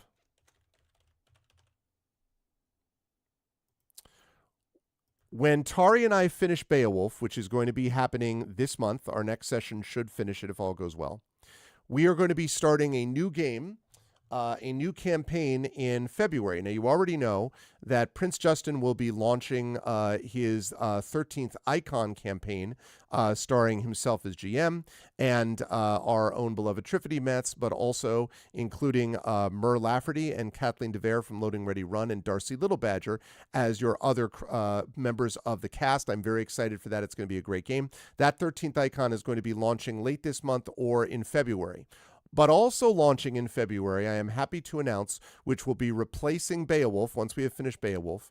It will feature Tari, you already know that, Tari Tunes, and will be featuring 3 other players, and we will be playing Rah! This, and in case you're like, what is that? I'm glad you asked. This is Dragonbane. Now, this game is originally a game that dates back to the mid-'80s, and it was hugely popular in Sweden. But it is put out by Free League, and the reason that I have been interested in this game for a while is because yeah, exactly, you saw that, Excel, the soft mention. The reason that I liked the concept of this game is that the game itself feels to me it has a certain charm to it. A little bit reminds me of like the art style of Inkle's, well, originally the Sorcery game books before Inkle, but then Inkle sort of picked up on it. There's just a kind of charm to it. And I would say that it's painted with slightly brighter colors than D&D might be. That is to say, broader strokes. So it's a little sillier and a little bit more like, you know, big swings and all that kind of stuff. And it uses its own system, which is not it is a system that has D20 in it, but there are some significant changes. For example, you really want to roll low as opposed to high in this system. The other dice, especially D12s, get more use than be the case otherwise. You figure out initiative in combat by drawing cards, in this case, which will obviously abstract in terms of Roll20. So there's different ways of doing things, and I will be announcing the name of the campaign itself happening next. Exactly right. It's a good way to put it, Excel. So I'm going to be announcing it, specifically the name of the campaign, when we get a little bit closer. But I am happy to announce the players tonight. Playing in our Dragonbane campaign, besides Tari Toons, who I've already mentioned. Oh, yeah, Wispy. No, you did fine. You did fine. But besides that, in addition to that, will be Tren Sparks. Now, I'm not going to tell you exactly the character Tren is playing yet. I will simply say that if you know anything about Tren, and if you know about the fact that Tren constantly refers to the fact that he's a furry, you can take from that the sense that perhaps some animal character may be in Tren's future in this game. So that's possible. So Tren Sparks is going to be playing this game. In addition to that, we will be welcoming into the fold Undeveloped Bruce. Now, Undeveloped Bruce is the player, one of my players from By the Dice Roll, has played in Talisman Adventures with me, and has also been playing as a Turtle Green in my D&D campaign. Really wonderful player. I really like Bruce a lot, and they will be playing a character. Again, I don't want to spoil it for anybody, but it's fun. Like, it's going to be a lot of fun. So Undeveloped Bruce is going to be playing. And just to be clear, Tari's from Germany, currently living in the Netherlands. Tren is from the Bay Area, California, in the States. Undeveloped Bruce is from Wales, lives in Wales. And our final character, our final player, I should say, is going to be the former GOG streamer Crocs. Now, sort of OGs, old school people may remember the name of Crocs, who used to stream way back in the day with GOG. Has not done that, but is also German, and is going to be joining us for this play. So we are going to have 3 Europeans, 2 Germans, and a person from Wales, and 1 Californian. So we got 1 USian, if you will, plus me. You'll have to put it with me. I will be GMing this Dragonbane campaign, and I am very excited for it. I think it's going to be, it's really fun. It's got this kind of a really fun vibe to it, and the campaign itself is a little more sandboxy without being overwhelming. It reminds me a little bit of Curse of Strahd in that way, not in tone, but in terms of like the sandboxy nature. So yeah, more ARF. Well, listen, Dragon, that is going to come with the territory, at least for part of it on my campaign. Although on this channel, although not, with 13th Icon, that doesn't involve me. And my community D&D, lovely folks, the Shadow Crew with Dungeon of the Mad Mage does not involve me. So that, there's that. But anyway, I'm excited to be able to do that. So that's the announcement. Dragonbane launching in February with Crocs, with Undeveloped Bruce, with Tari Toons, and with Tren Sparks. Very excited about this. It's going to be cool. No, not exactly. 13th Icon is a homebrew campaign which is being put together by Prince Justin. I will say, I think I can say without spoiling anything, that it has some Greco-Roman influences for sure. The video, the overlay is amazing. The video is badass. I can't wait for you to see it. And Prince Justin is going to be amazing. I've had a chance to watch or to, be in the green room and sort of watching as they're discussing certain things. They're going to be doing a session 0. So yeah, you're probably thinking more of 7th stage. Yeah, not 13th Icon. This is his own system or his own campaign that he's putting together. So it's going to be awesome, and I'm very excited for it. And that is going to be launching. So once we get into February, we will have Eberron, Oracle of War, which is going to be entering its final adventure by that point, its final stage, Eberron, Oracle of War. And when that concludes, probably March or April, we will be moving on to the next campaign with Infinity Beyond is Dragonlance Shadow Queen. Shadow of the Dragon Queen, I think is what it is, actually. So that's going to be cool, but that's going to be what Infinity Beyond picks up from. But in the meantime, they're finishing up with Eberron, Oracle of War. We are going to continue with Expedition from the Mysterious Peaks, which is really cool. I love that mashup, and I love those players too. That's going to be great. By the Dice Roll is going to be continuing with Ghosts of Saltmarsh. Once they finish that, will be doing my full Tales and Tomes, The Forbidden Library. I have a full 9-part campaign now, so they'll be part of that, so that's going to be cool. And then we will have the community D, and we'll have Dragonbane, which will be taking over for Beowulf. Beowulf will be over, Dragonbane will be taking up for those. So those are the 4 that I will be personally GMing. And then in addition to that, we will have 2 more tabletop sessions on this channel, regular campaigns going on. One of them is the 13th Icon, GM by Prince Justin. And the other one is the continuing one, GM'd by Shadowed Mage, and that is Dungeon of the Mad Mage with the Shadow Crew. So it's going to be awesome. It's going to be really great. I love having 6 separate campaigns, 6 tabletop campaigns on my channel is going to be great. So I'm super excited for that coming up. So that is the big announcement that I wanted to make. But now it is time for me to rise up on out of here.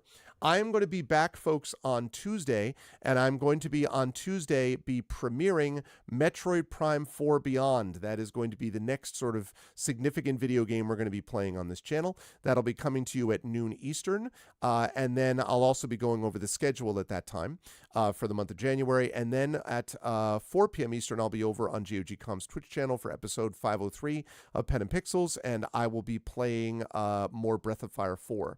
Then on Wednesday, oh yeah, Goldbox. No, we're going to come back to Goldbox. Don't worry, XL. But I just did one a couple of games ago, or a few games ago. So I will definitely come back to them. Other ones are definitely on the docket for sure.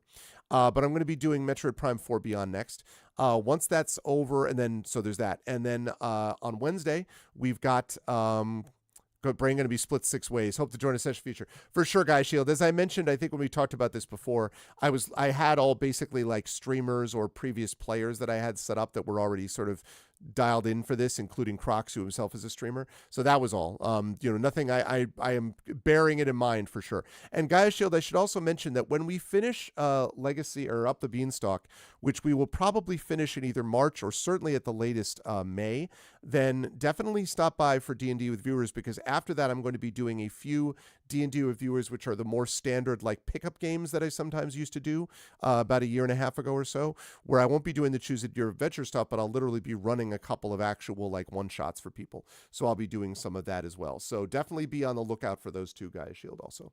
Icewind Dale Extended Edition, Enhanced Edition. I have not. I have played the original Icewind Dale, and the problem with Icewind Dale is I always got to the end of it. I think the setting is beautiful, the music is beautiful, it's a cool story, but there's too much combat, too much heavy resting, and I ended up getting to the end, and I got literally to the final boss and didn't finish it. So maybe someday I'll come back to it, but I have not played Icewind Dale 2, but the first one I did. So anyway, so that's what we've got geared up. And then, as I say, Wednesday we've got more community D&D, and on Thursday more Metroid Prime 4 Beyond. So that's the deal with that. So but that's going to do it for me for tonight. I hope you like what you saw and heard, and if so, I hope you will follow the channel. I hope you will check out our YouTube with !ArvTube. Please subscribe to me over there. We are at a new record level of subscribers, so every new one is a new record. It does not cost you anything to do that, but really helps us out. Please join us on Discord, !ArvCord. Again, that is free to join. Always love having people over there. That thing has really been growing. There's always cool stuff happening on the Discord, so please join us over there. You can hang out with the Argonauts in between streams. Blue Sky, please follow me over on Blue Sky. Again, free for you to do that. That is my micro blogging platform of choice. And that is exclamation point ARV Sky for that. And the website for this, arvaneleron.com. Financially, exclamation point ARV Shop. That's my merchandise area where you can get cool stuff related to the channel, cool swag for you, and also stuff which supports the channel. So please do that. The Patreon is right there, exclamation point ARV Treon. I'm really trying to push that if I can. We'd love to get that back into triple digits because that really gives you stuff you can't get from subbing. You could also get stuff from subbing you can't get from the Patreon, so both of them work for each other. But the Patreon gets you a lot of cool stuff, including inspirations to help our tabletop players, and gets you, can also get you an epic character background written for you, an epic poem written about you, all kinds of cool stuff, even critiques of your writing from yours truly, if you support at a high enough level, so please do that. You can also, of course, sub to the channel by getting those custom, by doing that. That gets you those custom sub badges and emotes used here, there, and everywhere across Twitch, which you can't get from the Patreon. Again, Patreon gives you unique stuff, subbing gives you unique stuff. You can also get inspirations to help the players. That is the one overlap between the sub and the Patreon as well. On the publishing front, exclamation point Icarus is my graphic novel. Oh no, I always appreciate that, guy Shield. Exclamation point Icarus is my graphic novel from Athos Arts. Exclamation point Library is my Tales and Tomes, The Forbidden Library. That's my 5e adventure and sourcebook from Alligator Alley Entertainment that is now sold out in print. You might be able to find one at your friendly local game store, but it's mostly sold out in print. Otherwise, I mean, it's totally sold out from the publisher in print, and even I only have my own personal copy of it left. But it is, of course, not sold out in PDF form, and the hope is that we're going to get a new in-print edition coming out this year, I hope. So anyway, thank you for those of you who have helped sell that out. And of course, Greyshade, my Greyshade IP, exclamation point Greyshade. That's Greyshade, Renegade, and Heretic, critically acclaimed and award-winning. You can get those at that link. You can also get the first two audiobooks of Greyshade, and Renegade at that link, done by our very own Trent Sparks. Heretic will be out early actually, it is next year now. So soon, within the next 6 weeks to 2 months, we'll have the final audiobook of the Grey Assassin trilogy out, Heretic. But in the meantime, I've already been seeing a lot of these sold, so thank you for those of you who can do that. Also, that Greyshade link will let you pre-order the tabletop role-playing game of Greyshade, coming to you from Alligator Alley Entertainment and designed by our very own The Rising Tides, Brandon O'Brien. So would love to see people check that out. That game is going to be awesome. He's done such a good job with it, so I can't wait for you all to see it. It's going to be awesome. So there's that. And as always, exclamation point BLM, Black Lives Matter, important to affirm and assert the significance and importance of Black lives. Exclamation point Help Now, the World Health Organization page on suicide prevention. Important to reach out to others when you need help and reach out to others when they need help as well. And exclamation point Ukraine, UKRAINE, to help the people of Ukraine as they fight back against an illegal and illegitimate war with bravery and courage. And send the message will do so for others in that situation in the future. I want to thank everyone who was here tonight. Thank you so much to my wonderful mods, Dragon Spear, Prince Justin. I know Triffity Mats was here before as well. Best mods in the business. Thank you all. Thank you to my wonderful Patreon supporters and subscribers. Thank you to Dragon, to Prince Justin, to Wispy Song. Appreciate all of you. Thanks for all the dice rolling today, Wispy. And thank you to my wonderful viewers. Thank you to Airmaster. Thank you to El Dorino, to Excel, to Gaia Shield, to Intensely Eric. Hey, Eric. Thank you to Jagtress. Thank you to Nonstop. Thank you to Dendurcia. Thanks again for the raid, Dendurcia. Good to see you. Don't be a stranger. I hope I'll see you again. Thank you to the Buttonist. Thank you to Zalvi. Thank you, everyone, for being here, both here and on YouTube. I appreciate it. Have a lovely Sunday and Monday, and I will see you folks back here Tuesday at noon Eastern for the premiere of Metroid Prime 4 Beyond, and in a couple of months, we'll come back to this, Up the Beanstalk, as our exploration of the clouds continues. I'll see you folks on Monday. Until then, as I always say, everyone, please be good to each other, and have a good night.